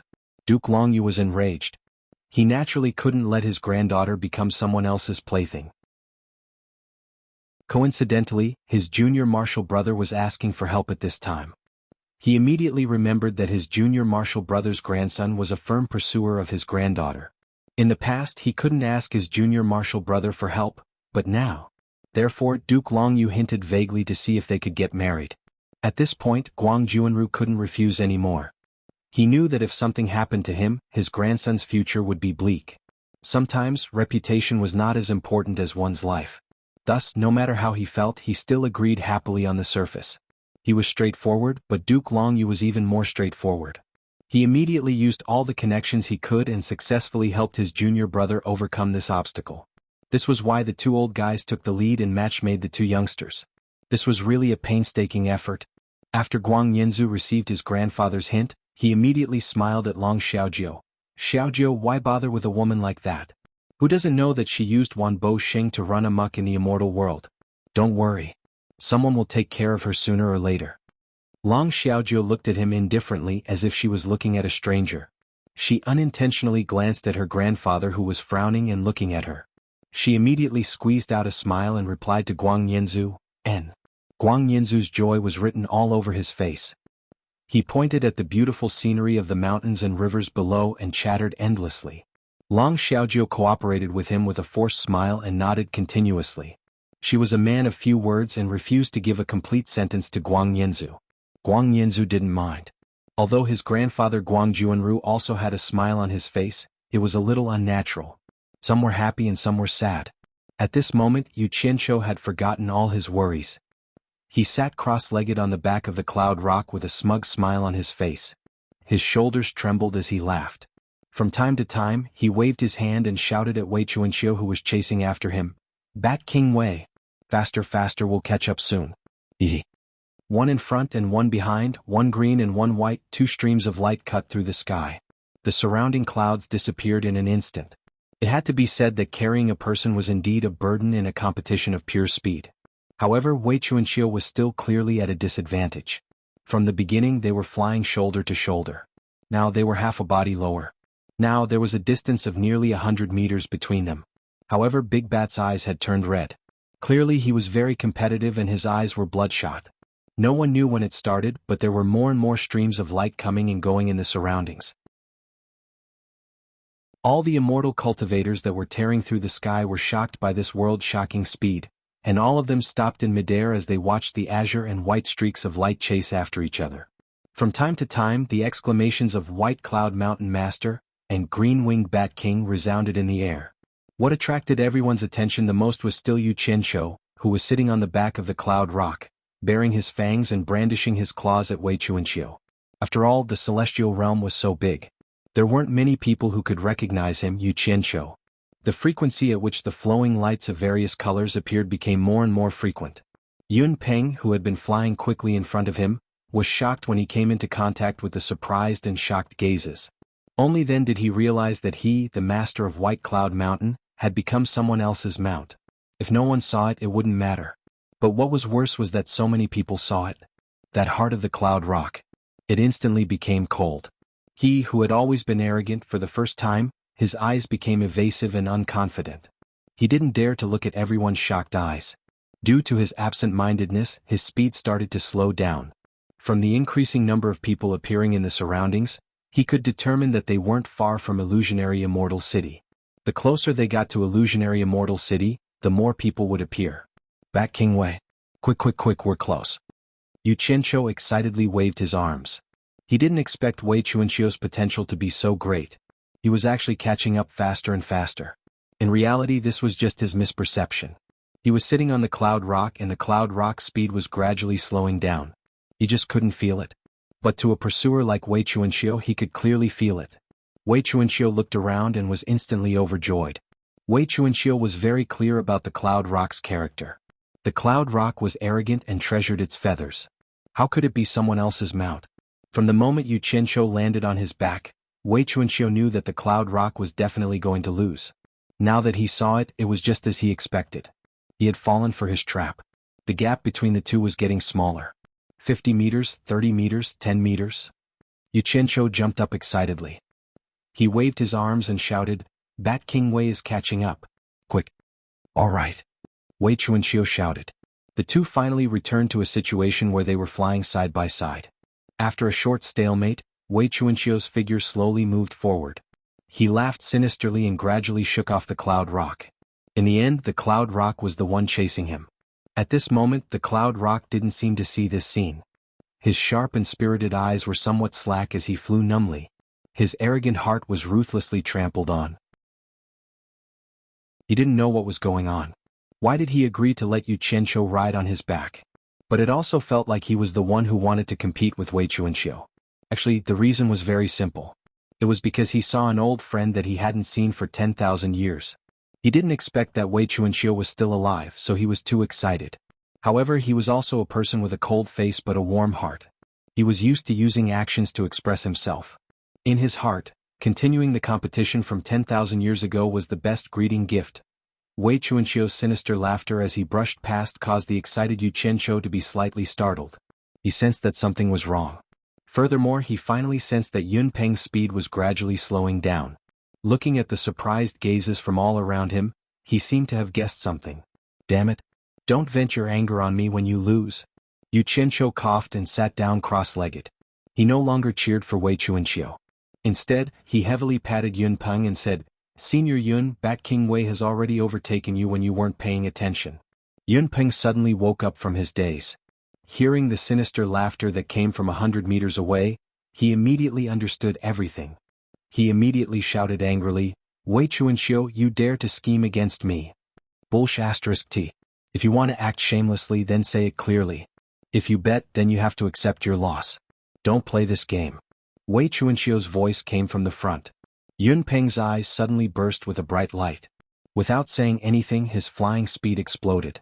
He chased after the stars and the moon as he bit towards Wei Chuanxiu. He had already thought it through. Since he had already lost face, he could not let Wei Chuanxiu's scheme succeed. The distance between the two sides immediately began to slowly close. Wei Chuanxiu immediately felt the pressure. In his heart, he cursed Yu Qianqiu for blindly interfering. If he let Yun Peng become stupid for a while longer, then he would definitely win. The two of them instantly went all out. Their flashing speed caused a burst of exclamations in the air.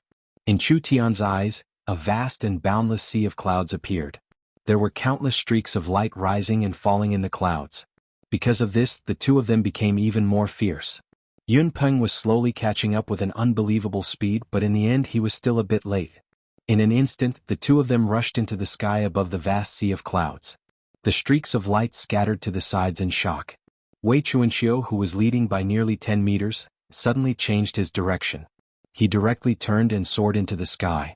In the air, he exploded into a cloud of green mist. Yun Peng followed closely behind. In a flash of white light, he also appeared. Yu Qianqiu, who had been thrown far away by the inertia, quickly flew towards the two of them.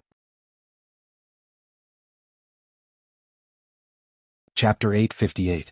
Above the vast sea of clouds, all kinds of flowing lights appeared and hovered in the air to observe. Green-winged Bat King and White Cloud Mountain Lord, these two titles were constantly being whispered. The two people everyone was talking about were hovering in the air, facing each other. Yun Peng's expression was originally gloomy, but when he heard people talking about when he became that brat's mount, he immediately shouted angrily, "Wei Chuanqiu, why do you want to harm me?" As expected, he exploded. Yu Qianqiu secretly clicked his tongue and quietly retreated a little to avoid being implicated. Wei Chuanqiu asked with a face full of suspicion, "Yun Peng, is there something wrong with your brain? Why don't you tell me when I have harmed you?" Yun Peng choked. He couldn't say that he had become someone else's mount. Seeing this, Wei Chuanqiu coldly snorted and said, "If you lose, then admit defeat honestly. Don't find all kinds of excuses. If you refuse to admit defeat, I can't do anything to you. Say it yourself. Do you admit defeat or not?" Yun Peng's eyes were like cold lightning, staring straight at Wei Chuanqiu. Wei Chuanqiu couldn't help but feel guilty. He immediately waved his hand and said, "If you don't admit defeat, then forget it. I won't force you, just pretend that nothing happened." Then he shouted to Yu Qianqiu, "Let's go."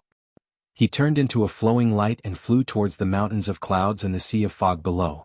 Yu Qianqiu didn't say anything. He looked at Yun Peng and acted as if he didn't know anything. He chased after Wei Chuanqiu. The two of them passed through the misty clouds one after another, and the view before them suddenly became clear. Below the clouds, there were many strange mountains like stars in a chessboard.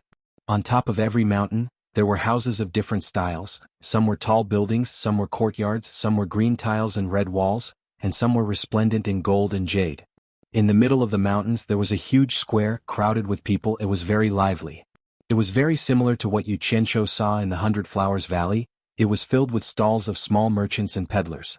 The perimeter of the square began to spread out with many winding main roads, leading in all directions. The winding main roads branched out into many branches, leading to every mountain. Seen from the air, the main and branch roads that wound between the mountains looked like thick and thin gray ribbons, intertwining like a labyrinth, dazzling the eyes.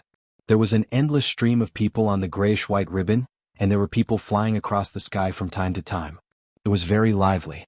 The two of them stopped in the air below the clouds and looked down with different expressions. Wei Chuanqiu sighed with emotion. After 10,000 years, he saw the prosperity of the illusory immortal city again. On the other hand, Yu Qianqiu looked around at the various buildings on top of the mountain and asked blankly, could this be the hallucinatory immortal city? He felt that it was different from what he had imagined, and he couldn't tell what was hallucinatory about it. Where else could it be if not the illusory immortal city? Wei Chuanxiu was startled as she spoke. She turned around and sized him up suspiciously.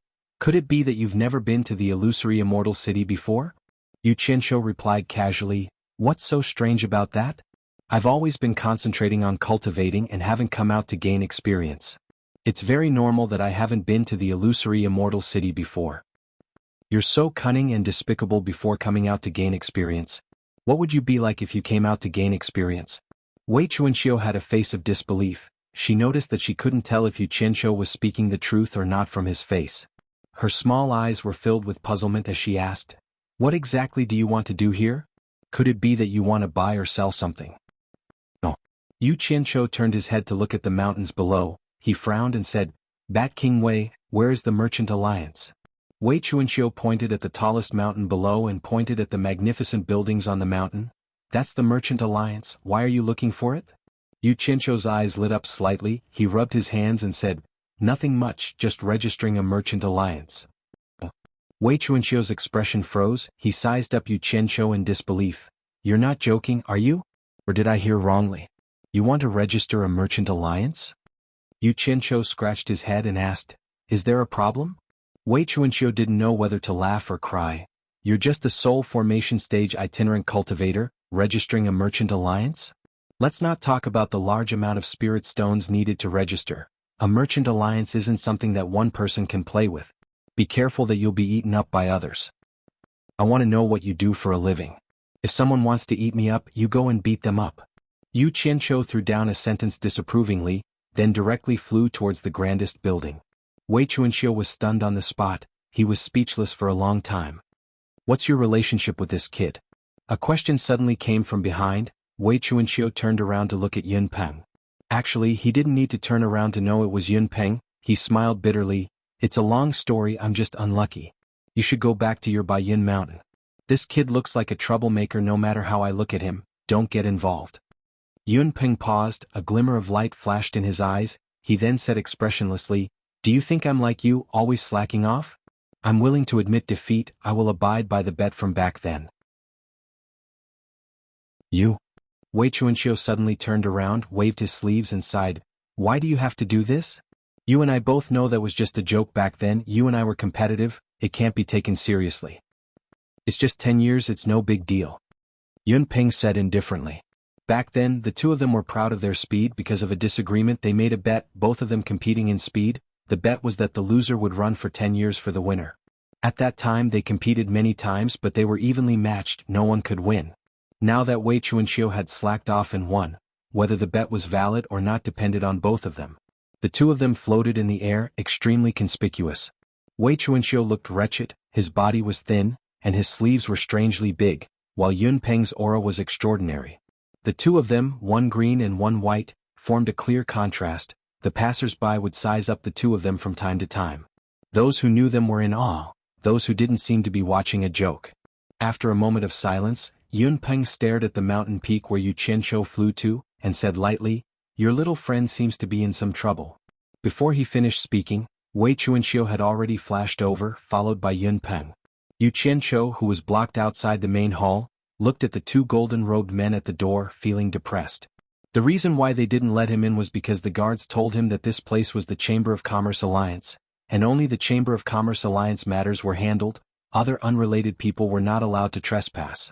Yu Qianshou nodded and bowed, telling them that he was here to register a Chamber of Commerce, but they told him that registering a Chamber of Commerce required a referral from another Chamber of Commerce, otherwise he would not be allowed in. Yu Qianshou had never heard of this rule and thought that the two guards were purposely making things difficult for him. But in the end he was very understanding and took out 2 storage bags with a smile, and secretly stuffed them into the hands of the two, so that they could make things convenient for him. The 2 guards were dumbfounded. It was the first time they had seen such an open bribe. It was no different from harming them. If they were found out, they would be in trouble. The 2 of them were furious, as if they had caught a hot potato. They could not wait to throw away the storage bags that Yu Qianshou stuffed into them, and gave a serious warning. Is it too little? Mother ***. Even a guard's appetite is so big. Yu Qianshou looked gloomy as he turned around to pick up the 2 storage bags. Coincidentally, Wei Chuanxiu and Yun Peng landed in front of him. Wei Chuanxiu's gaze swept over the 2 guards, asking suspiciously, what did you stuff into them? Yu Qianqiu lowered his voice and mocked, "Their appetite is too big. There are 10 divine grade spirit stones in each storage bag. It seems they think it's too little, not letting me register." Bribing in public? Wei Chuanxiu and Yun Peng's faces twitched. The former asked with difficulty, "Why did you give them spirit stones? Don't tell me you want to barge in without a referral from another chamber of commerce." Yu Qianqiu blanked for a moment. "Do I really need a referral from another chamber of commerce to register? This is the rule of the Chamber of Commerce Alliance, mainly to prevent people with unknown origins from causing trouble, don't you know?" Wei Chuanxiu weakly raised his hand to his forehead. The sharp light in Yun Peng's eyes receded, his eyelids drooping slightly as he maintained his silence. Yu Qianqiu turned around to look at the open doors, muttering under his breath, "Damn it! There's such a lousy rule. Why haven't I heard of it before? Who should I look for a referral?" Pondering for a moment, his eyes lit up, asking, "Bat King Wei Wangu Tong should have a business here, right? Do you know where it is?" Wei Chuanxiu frowned, asking suspiciously, "The immortal world's #1 chamber of commerce, Wangu Tong? Are you familiar with Wangu Tong? For a referral like this, if one doesn't have a good understanding of the other party's background, one wouldn't help. It might even be risky. Without old man Wanbo's approval, no one would dare to help Wangu Tong. Are you sure Wangu Tong is useful?" "I'll give it a try." Yu Qianqiu looked around, asking, "Which mountain is Wangu Tong on?" At this time Yun Peng, who had been silent all this time, suddenly pointed to a mountain not far away, "Over there." Yu Qianqiu took the opportunity to look at the gray buildings on the opposite side of the mountain. Nodding his head, he put away the 2 storage bags in his hands and flew off in a flicker. Wei Chuanqiu and Yun Peng exchanged a glance, then followed after Yu Qianqiu. Both of them were curious whether Yu Qianqiu was really that capable, choosing the #1 sect in the immortal world, Wangu Tong, out of all people. The 3 of them landed in front of the gray hall on the opposite side. This place was obviously livelier than the Commerce Alliance's area, with people walking in and out of the hall. Wei Chuanqiu and Yun Peng followed behind Yu Qianqiu. More importantly, the 2 of them standing together was too eye-catching, immediately attracting the attention of many people. Elder Wan Gi, who was sitting behind the curtains in the side hall, stood up and walked out in large strides. From afar, he cupped his fists towards Wei Chuanqiu and Yun Peng. "So it's the green-winged Bat King and White Cloud Mountain Chieftain. Sorry for the disrespect." These 2 people's names did have some influence in the immortal world. Everyone in the hall stopped to look at them.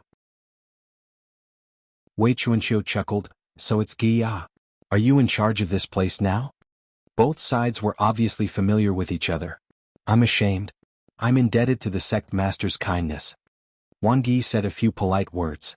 His gaze fell on Yu Qianqiu, who was flanking Wei Chuanqiu and Yun Peng. He cupped his fists in a somewhat surprised manner and said, "Honored sir, looks very unfamiliar. May I know who you are?"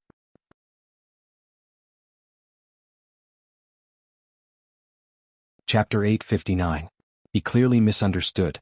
Not being able to see through Yu Qianqiu's cultivation was one reason, but the most important reason was that Yu Qianqiu had Wei Chuanqiu and Yun Peng following behind him. These 2 followers were more powerful, and ordinary people couldn't afford to use them. "I'm no expert." Yu Qianqiu smiled self-deprecatingly and cupped his hands. "I'm Yu Qianqiu." "Yu Qianqiu." Wang Yi was startled. He felt that the name sounded familiar, so he asked tentatively, "You're the Yu Qianqiu who participated in the gathering of the God Ruin Realm?" Yu Qianqiu was also startled by him. He calmed himself down and said, "I did participate in the gathering of the God Ruin Realm. Is there a problem?" He thought that Wan Ling and the others wouldn't spread the news that he was an immortal emperor's secret agent everywhere. "He's Yu Qianqiu, so it's him." Whispers immediately came from the hall, and everyone's eyes were focused on Yu Qianqiu.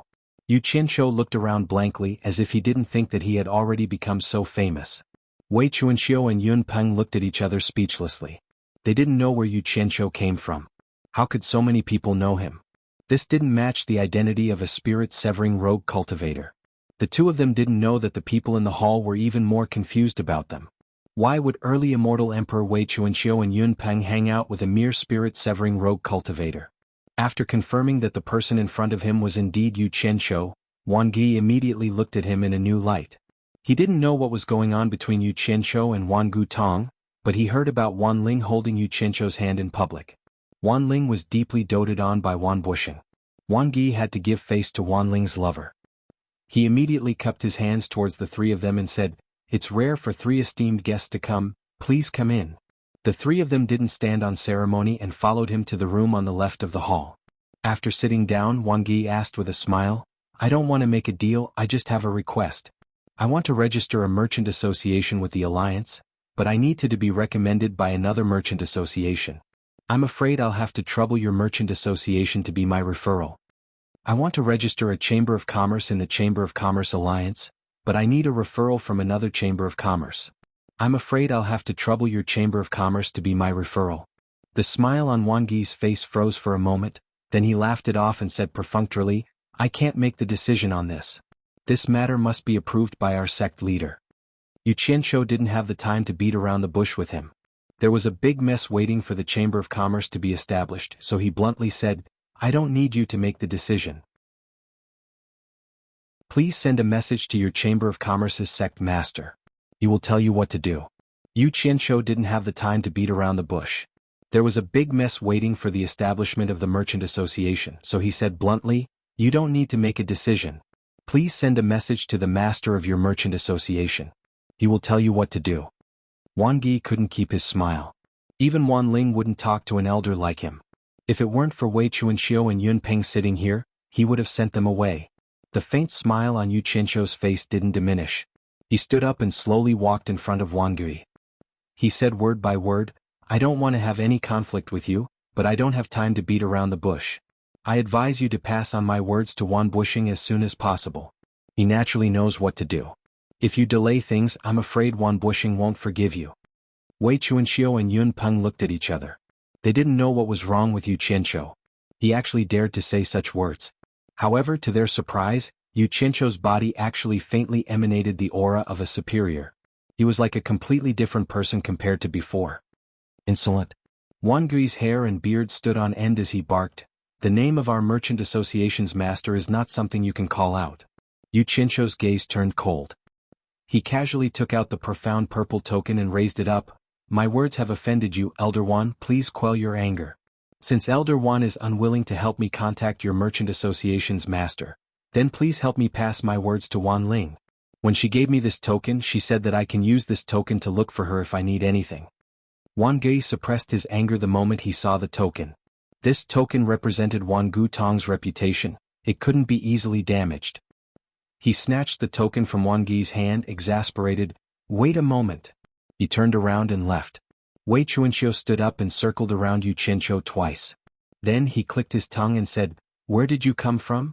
A profound zither token shouldn't be something that someone of your cultivation level can obtain, right? How would I know? Someone forcefully gave it to me. Xianxia shrugged innocently. Don't give me that. Wei Chuanxiu rolled his eyes. Tell me honestly, who is the Wan Ling who gave you the token? She must be a woman, right? Yun Peng at the side chimed in. I heard she's Wan Bushing's precious granddaughter. Wan Bushing dotes on her a lot. She wasn't born before you went into seclusion. Wei Chuanxiu made a long O sound, an ambiguous smile hanging on his face. Not bad, brat. You actually got together with Wan Bushing's precious granddaughter. Amazing. Admirable. What kind of person do you take me for? Xianxia snorted disdainfully. Not long after the two of them messed around, Wang Yi hurried in, slightly fearful as he bowed to Xianxia. I've offended you just now, please forgive me. The sect leader has personally instructed me to do my best to cooperate with you. Before this, he had thought that Xianxia was someone who relied on Wan Ling to live off a woman. After contacting Wan Ling, he relayed Xianxia's words to her, and Wan Ling nervously asked him to wait for a moment. What surprised Wang Yi was that not long after, Wan Bushing personally contacted him, warning him in an unusually serious tone. Promise him, try not to provoke him in the future, this person's background is very deep. Wan Bushing only gave him such a short sentence, but Wang Yi immediately sensed something unusual. Wan Gutong was already the #1 Chamber of Commerce in the immortal world, and from Wan Bushing's mouth, how could it be simple? In addition to Xianxia's previous words and actions, Wang Yi was a little shocked, faintly suspecting that Xianxia had some connection with the immortal palace. Otherwise, how could Wan Bushing treat him so cautiously? But thinking about it, it didn't seem right. The Chamber of Commerce Alliance was originally controlled by the Immortal Palace. If Xianxia was from the Immortal Palace, why would he need Wan Gutong's recommendation? No matter how he thought about it, he couldn't figure out the reason, but he knew that this Xianxia was not someone he could afford to provoke. No wonder that Yu Qianzhou said that if he delayed things, Wan Bushing would not forgive him. Suspicion flashed across Wei Chuanxiu and Yun Peng's eyes. The change in Wang Ge's attitude was too big. Yu Qianzhou smiled as he received the token from Wang Ge. There's no time to lose, then I'll have to trouble Elder Wan to accompany me to the Chamber of Commerce Alliance. I dare not, please. Wang Ge made an inviting gesture. The group of 4 immediately left the Great Hall, flying directly to the Chamber of Commerce Alliance, landing outside the Great Hall. Wang Ge walked briskly to the Great Hall entrance, taking out the Wan Gudong Chamber of Commerce Alliance's token for the 2 guards to verify. The 2 guards looked at Yu Qianzhou in surprise, cursing him inwardly for being crazy. Since he could invite Wan Gudong as a referral, why was he still spouting nonsense? The 4 of them were immediately let in. After entering the Great Hall, Wang Ge had the 3 of them wait for a moment, while he himself held the Wan Gudong Chamber of Commerce Alliance's token, heading to the back hall without any obstructions. No one knew what Wang Ge did, but it took some time before he brought 2 golden-robed old men with him. Seeing Wei Chuanxiu and Yun Peng, the 2 of them cupped their fists in greeting, exchanging a few words of greeting. It was obvious they knew each other. One of them looked at Yu Qianzhou. You're Yu Qianzhou? You want to register a Chamber of Commerce? That's right. Yu Qianzhou replied in a tone that was neither haughty nor humble. The 2 golden-robed old men exchanged a glance, then one of them asked with an expressionless face, do you want to register a Chamber of Commerce that deals in a single business or multiple businesses? Register as a multi-business merchant association, Yu Qianzhou said. The other party answered without hesitation, 50 billion divine grade spirit stones. Yu Qianzhou knew he couldn't be stingy with this amount of money. Even though his heart ached, he still took out the 2 storage bracelets and handed them to the other party. That person counted the items carefully, then nodded to the other person, not bad. Wei Chuanxiu and Yun Peng exchanged a speechless look. This Yu Qianzhou looked like he only had a broken storage pouch hanging on his waist. They didn't expect him to be so rich. Wang Ge's expression tightened. 50 billion divine grade spirit stones was not something an average soul formation rogue cultivator could take out. This person's background was indeed not simple. Little did Wang Ge know that this amount of money came from their eternal trade association. The other golden-robed old man immediately inquired, the name of the Chamber of Commerce as well as the name of the Chamber of Commerce's president cum sect chief. Yu Qianzhou straightened his back, a sharp light flickered in his eyes as he replied in a sonorous voice, the World Commerce Chamber. Yu Qianzhou. His voice reverberated in the great hall. Everyone present could hear the strangeness in his voice, but none of them thought too much about it. This kind of situation was very common. Which person who came to register a Chamber of Commerce did not have high expectations for the Chamber of Commerce they registered with. The 2 golden-robed old men each held a jade archive in their hands, and put it away after they were done. One of them announced, the World Commerce Chamber's president cum sect chief, Yu Qianzhou, has completed the registration. The news will be announced to the whole immortal world tomorrow. With that said, the 2 golden-robed old men turned around and returned to the back hall. Wang Ge cupped his fists at Yu Qianzhou, congratulating him. Congratulations Sect Chief Yu, congratulations to the World Commerce Chamber for establishing a branch in the immortal world. Yu Qianzhou blanked for a second, then asked suspiciously, the registration is completed just like that? Wang Ge smiled, yes, the registration is completed. Just like that, they charged me 50 billion divine grade spirit stones? Yu Qianzhou's face twitched uncontrollably. Wang Ge smiled wryly, thinking to himself, who would dare to reason with the immortal palace? He waved his hand, indicating that there was nothing to do here and they could not stay any longer. The group of 4 exited the Chamber of Commerce Chamber's Great Hall, walking to the hillside outside. The sun was shining brightly outside. Yu Qianzhou rubbed his face with both hands, but the pained expression on his face could not be erased. Wei Chuanxiu seemed to have regained his senses, staring at Yu Qianzhou with a cold sneer. Feeling heartache, right? But you're really rich, using 50 billion divine grade spirit stones to buy the position of sect chief, really extravagant. You're the only sect chief in the whole World Commerce Chamber, interesting.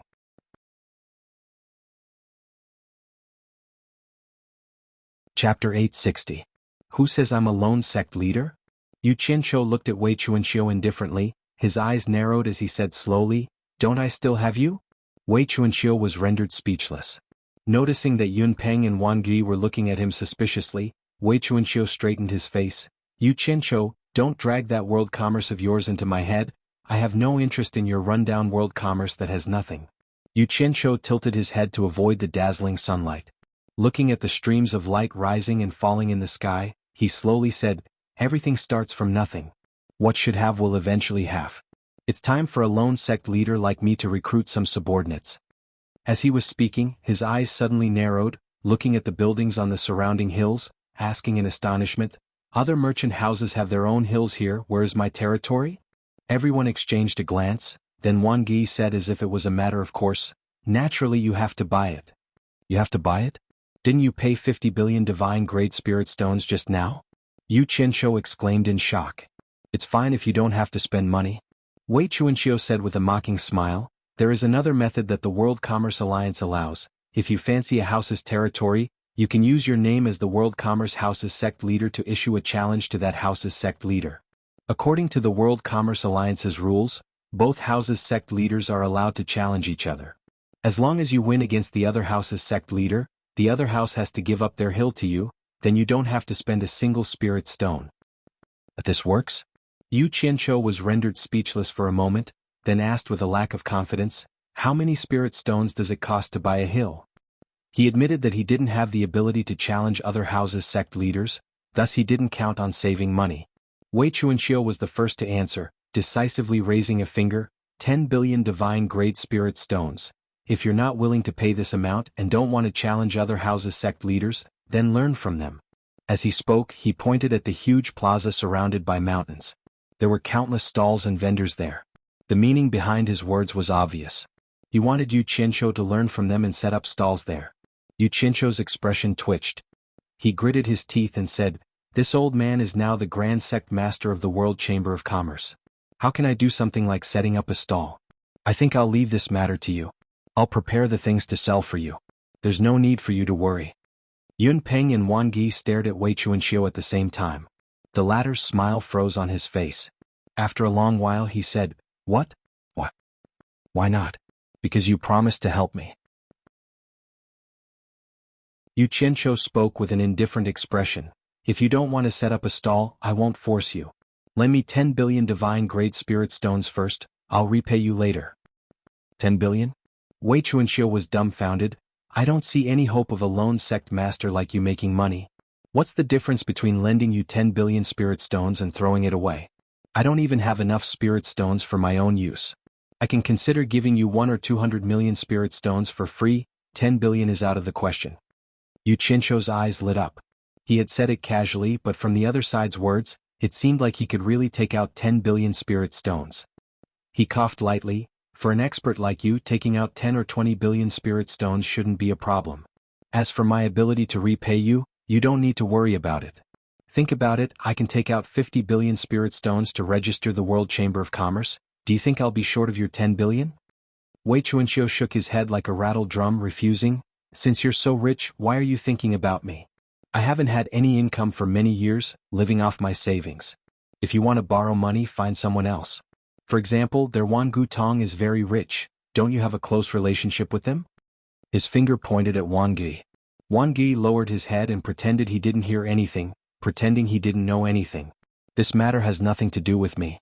Yu Qianqiu glanced at him. He wouldn't do something like reaching out to Wan Gu Tong for money again. As the saying goes, even a rabbit will bite when it's cornered. He couldn't keep trying to take advantage of the other party. If he pushed the other party into a corner, he would be the one in trouble. This kind of stupid thing couldn't be done. Way back, King, you promised to help me. Yu Qianqiu emphasized this point once again. Wei Chuanqiu immediately protested. It's true that I promised to help you, but I can't possibly take out my savings to play with you. Look at what you've done. You actually spent 50 billion to buy a lone sect leader, your brain. I'm not going to play along with you, and I can't afford to, because I'm not as extravagant as you. Wang Yi was pondering the relationship between Wei Chuanqiu, Wang Yi, and Yu Qianqiu, whereas Yun Peng was silently observing from the side. He too was pondering what was going on between Wei Chuanqiu and Yu Qianqiu. A person who could casually take out 50 billion divine great spirit stones and still dared to pester Wei Chuanqiu endlessly, no one would take him as an ordinary soul formation rogue cultivator. Lend me 10 billion, I'll return you 15 billion a year later. Yu Qianqiu stated nonchalantly. Yun Peng and Wang Yi exchanged a surprised glance. This interest was really high, a little too high. I don't. Wei Chuanxiu's refusal was stuck in his throat, the mustache above his lips curled up, and a hint of melancholy flickered in his eyes as he asked in a doubtful tone, "Are you sure you'll return me 15 billion a year later if I lend you 10 billion? This high profit made him feel conflicted. Yu Qianqiu smiled as he untied the storage bag at his waist, handing it over to Wei Chuanxiu. "I won't force you, take a look at the things inside before you decide if you want to lend them to me." Wei Chuanxiu received the storage bag suspiciously, and after a brief inspection, his eyes widened in shock as he swiftly took inventory of the things inside. There was a big pile of immortal herbs inside, each one of them was worth 100 million spirit stones. There were at least 100 billion inside the storage bag. Wei Chuanxiu swallowed with difficulty, raising his head. "These?" Yu Qianqiu immediately waved his hand, cutting Wei Chuanxiu off, pulling the storage bag back with a smile. "It's enough that you've seen it, don't spout nonsense. I only have one question for you, are you going to lend it to me or not?" In fact, he could easily take out some of these immortal herbs to exchange for 10 billion spirit stones, but he didn't want to reveal the fact that he had a large amount of immortal herbs in his possession. The reason why he registered the world commerce firm in the immortal world was similar to money laundering. He needed a platform to launder his name. The world commerce firm was doing business normally, so it was normal for it to have immortal herbs for sale. No one could say anything about it. It wasn't that he didn't have any other way besides borrowing money from Wei Chuanxiu, but he needed an expert by his side to protect and escort him. Borrowing 10 billion spirit stones for a year and paying 5 billion spirit stones in interest, it wasn't like he had too much money to spend. The key was to bind his interests with Wei Chuanxiu and pull him onto the pirate ship together. Relying on words and threats wasn't a long-term solution. "I'll lend it to you." Wei Chuanxiu agreed in an unusually decisive manner, and quickly took out a storage bracelet. Before handing it over to Yu Qianqiu, he didn't forget to warn him, "I'll say the ugly words first. If you dare to lie to me, don't blame me for falling out with you." Yun Peng and Wang Yi looked at each other, not knowing why Wei Chuanxiu's attitude had changed so completely, but it was definitely related to what Yu Qianqiu had shown him. It was also because of this that the items in the storage bracelet were very attractive to the two of them, but looking at Yu Qianqiu's intentions, it seemed like he didn't want a third party to know about it, so the two of them could only suppress their curiosity. "My character is the best guarantee."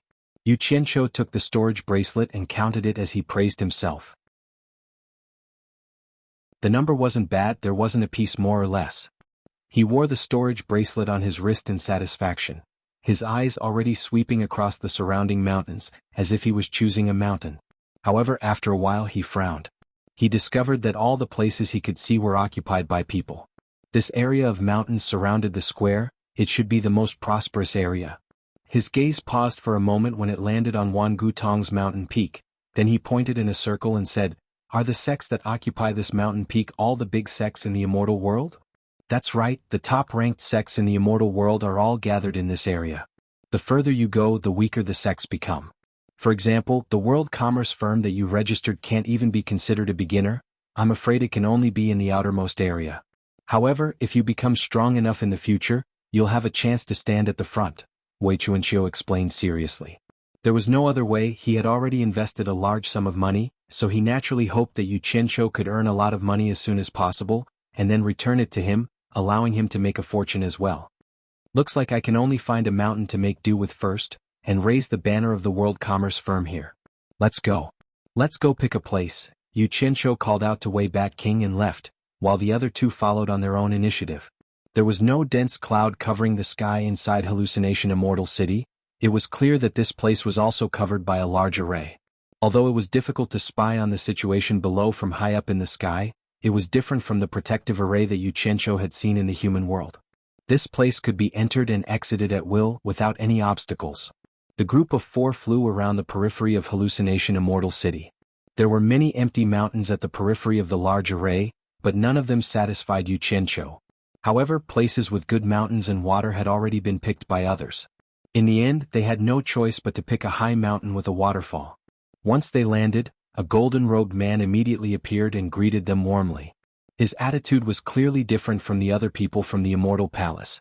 After Wei Chuanqiu's secret introduction, Yu Qianqiu understood that there was actually a golden-robed man squatting on every empty mountain in Hallucination Immortal City. These people were mostly people who didn't have much power in the Immortal Palace, so it seemed like they were exiled here. They could only return after selling the mountain and completing the mission. Otherwise they would have to keep squatting on the mountain. Therefore, to these people like Yu Qianqiu who picked the mountain was their savior. Since they had already decided to buy it, and there was no price to negotiate, Yu Qianqiu didn't say anything. He simply and straightforwardly made a deal with the golden-robed man, buying this high mountain with a waterfall as the territory for the world commerce firm to open.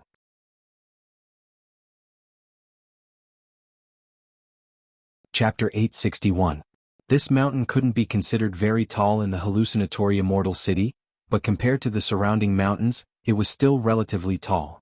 Standing at the top of the mountain, one could clearly see the situation of the surrounding mountains. However, there were very few trees on the entire mountain, and not a single tree could be seen. Large chunks of rocks were exposed.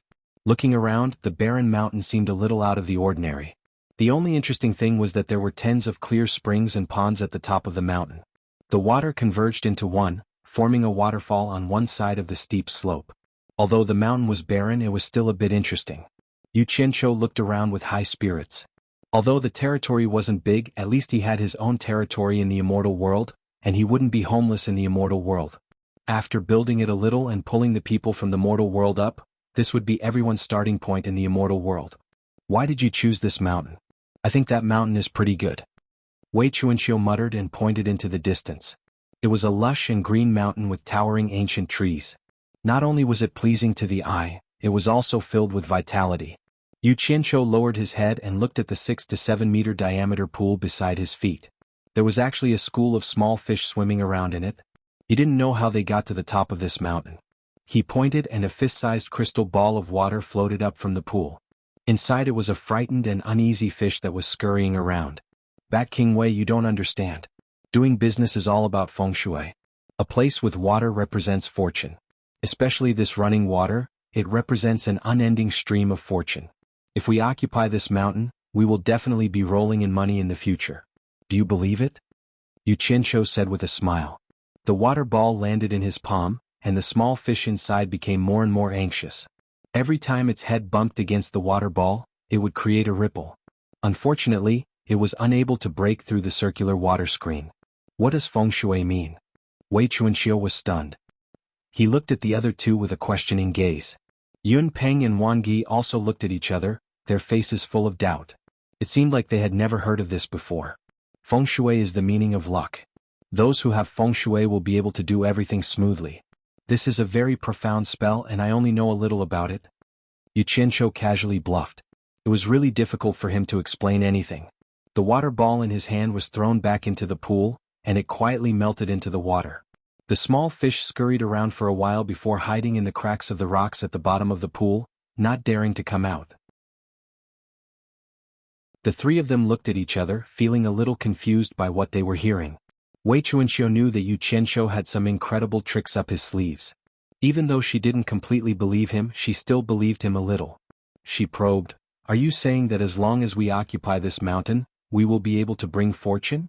Of course. Yu Qianqiu's eyes flashed and he said indifferently, "But it still needs to be modified by me." After saying that, he leaped into the air and carefully looked at the gushing waterfall, preparing to make good use of it. The few of them didn't know what he was looking at, so they also came to take a look. After looking for a long time, they couldn't see anything. However, they saw that Yu Qianqiu had leaped to the front of the waterfall. He stretched out both of his palms from his sleeves and pressed them against the waterfall, causing the water to splash everywhere. No one knew what he was doing. After a while, the few of them finally saw some clues. They found that Yu Qianqiu was adjusting the mountain behind the waterfall. As the mountain changed, the waterfall that was flowing straight down stirred up large patches of white water. After a while, they saw that the water had stirred up a big Tian character. After making this character, Yu Qianqiu grasped the right amount. The speed at which his palms rose and fell increased, and a down character appeared once again. Not long after, the 4 huge words World Chamber of Commerce stood erect on the slightly slanted mountain with an awe-inspiring aura. Each word emitted a hua-hua sound of surging water. The different pitches produced by the 4 words seemed to be announcing to everyone that this was the World Chamber of Commerce. In an instant, the entire mountain became extraordinary. Wei Chuanxiu and the others looked at each other speechlessly. They found that after Yu Qianqiu's actions, this mountain really did have a bit of a treasure land of feng shui. Yu Qianqiu also flew into the air to look at it from all different angles. the corner of his mouth hooked into a smile. It seemed that he quite liked his masterpiece. When the Chamber of Commerce Alliance announced the newly established World Chamber of Commerce, it didn't attract much attention in the immortal world. What really made people remember this Chamber of Commerce was the mountain that the World Chamber of Commerce had transformed.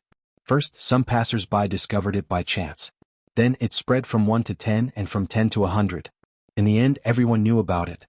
The 4 characters World Chamber of Commerce, formed by the water, immediately became a spectacle in the illusory immortal city. Every day many people would come to watch. There were even many people who came from afar after hearing about it. They all marveled at this simple yet extraordinary masterpiece. There was no doubt that no matter how strong this newly established World Chamber of Commerce was, this masterpiece alone was enough to let everyone know that there was such a World Chamber of Commerce in the immortal world. It was a simple idea, but like a stroke of genius, it instantly made the World Chamber of Commerce's name known in the immortal world. Many small chambers of commerce even lamented why they didn't think of this in the first place. This was such a good opportunity to make their own Chamber of Commerce famous. Everyone sighed at themselves for letting go of such a good piece of territory. It should be known that many small chambers of commerce had been operating for many years, but were still unable to make their Chamber of Commerce famous. For example, the tiny 4 Links Chamber of Commerce had been operating in the immortal world for many years. It was even the painstaking efforts of several generations of people in the immortal world. Yet, when they announced their name, most people in the immortal world didn't know of the existence of the 4 Links Chamber of Commerce. They didn't even know if they existed, so why would they do business with them? When doing business, the fame of the Chamber of Commerce often represented the amount of profit. There was no doubt about this. Everyone understood this. Look at the World Chamber of Commerce. They didn't even know when they would open for business, but their Chamber of Commerce was already famous. The reason was none other than the contribution of those few characters on the mountain. Those few characters were worth countless years of blood and sweat. It was truly infuriating to compare oneself to others. Some people wanted nothing more than to bang their heads against the wall and die. The mountain was still the same mountain. It just had an owner and a few more characters on the mountain. Other than that, there were no other changes. There weren't even the most basic buildings. It was clear that the World Chamber of Commerce hadn't opened yet. Even so, Wei Chuanxiu had seen the changes in the past few days. They hadn't even started doing business, but their popularity was already booming. Once they opened for business, business would definitely not go wrong.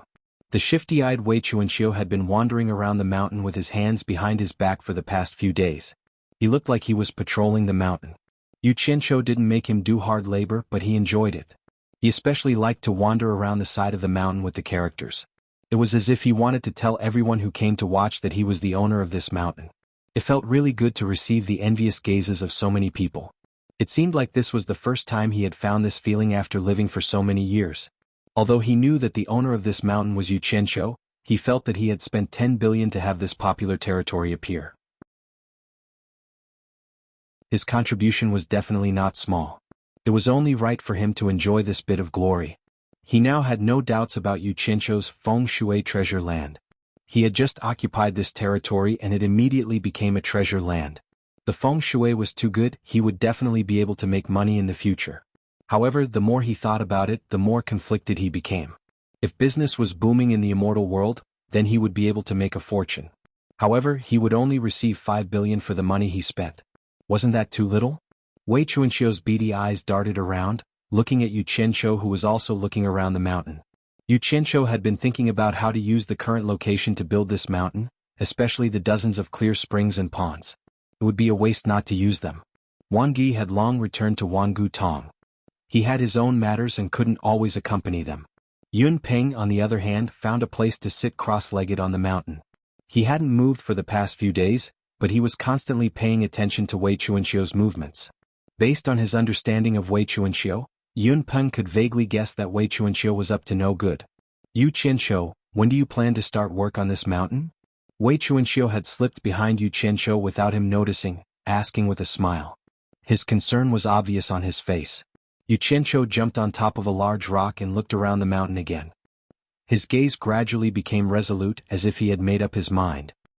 He nodded slowly. I'll find people to start work in the next few days.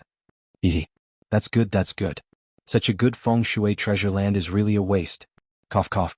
But Wei Chuanxiu's smile suddenly became serious. She said solemnly, It will definitely cost a lot of money to make the whole mountain look good. Have you prepared the money? Yu Qianqiu looked at him in surprise. Since when did Wei Chuanqiu become so concerned about him? He couldn't figure it out. Money is dead but people are alive. Can a living person be stumped by money? Don't worry. I will think of a way. Ah. It's not that I want to scold you but you're really too much. Didn't I promise to help you? Why do you have to think of other ways to help me? Wei Chuanqiu also jumped on top of the large rock, standing beside Yu Qianqiu. He looked around. If we really want to build this mountain to look good, I'm guessing we'll need to spend several 100 million divine great spirit stones. If it's not convenient for you, I can lend you some 1 billion more. Is that enough? Yu Qianqiu blanked for a second, looking at Wei Chuanqiu from head to toe with disbelief. It was as if he had heard something out of the Arabian Nights. He couldn't tell if he had heard wrong. Picking his ears, he asked suspiciously, "Did you just say you want to lend me another billion divine grade spirit stones?" You're tuning in to the Sword Dance in the Vast Sky YouTube channel. Don't forget to subscribe and join us on this journey to catch the most captivating stories.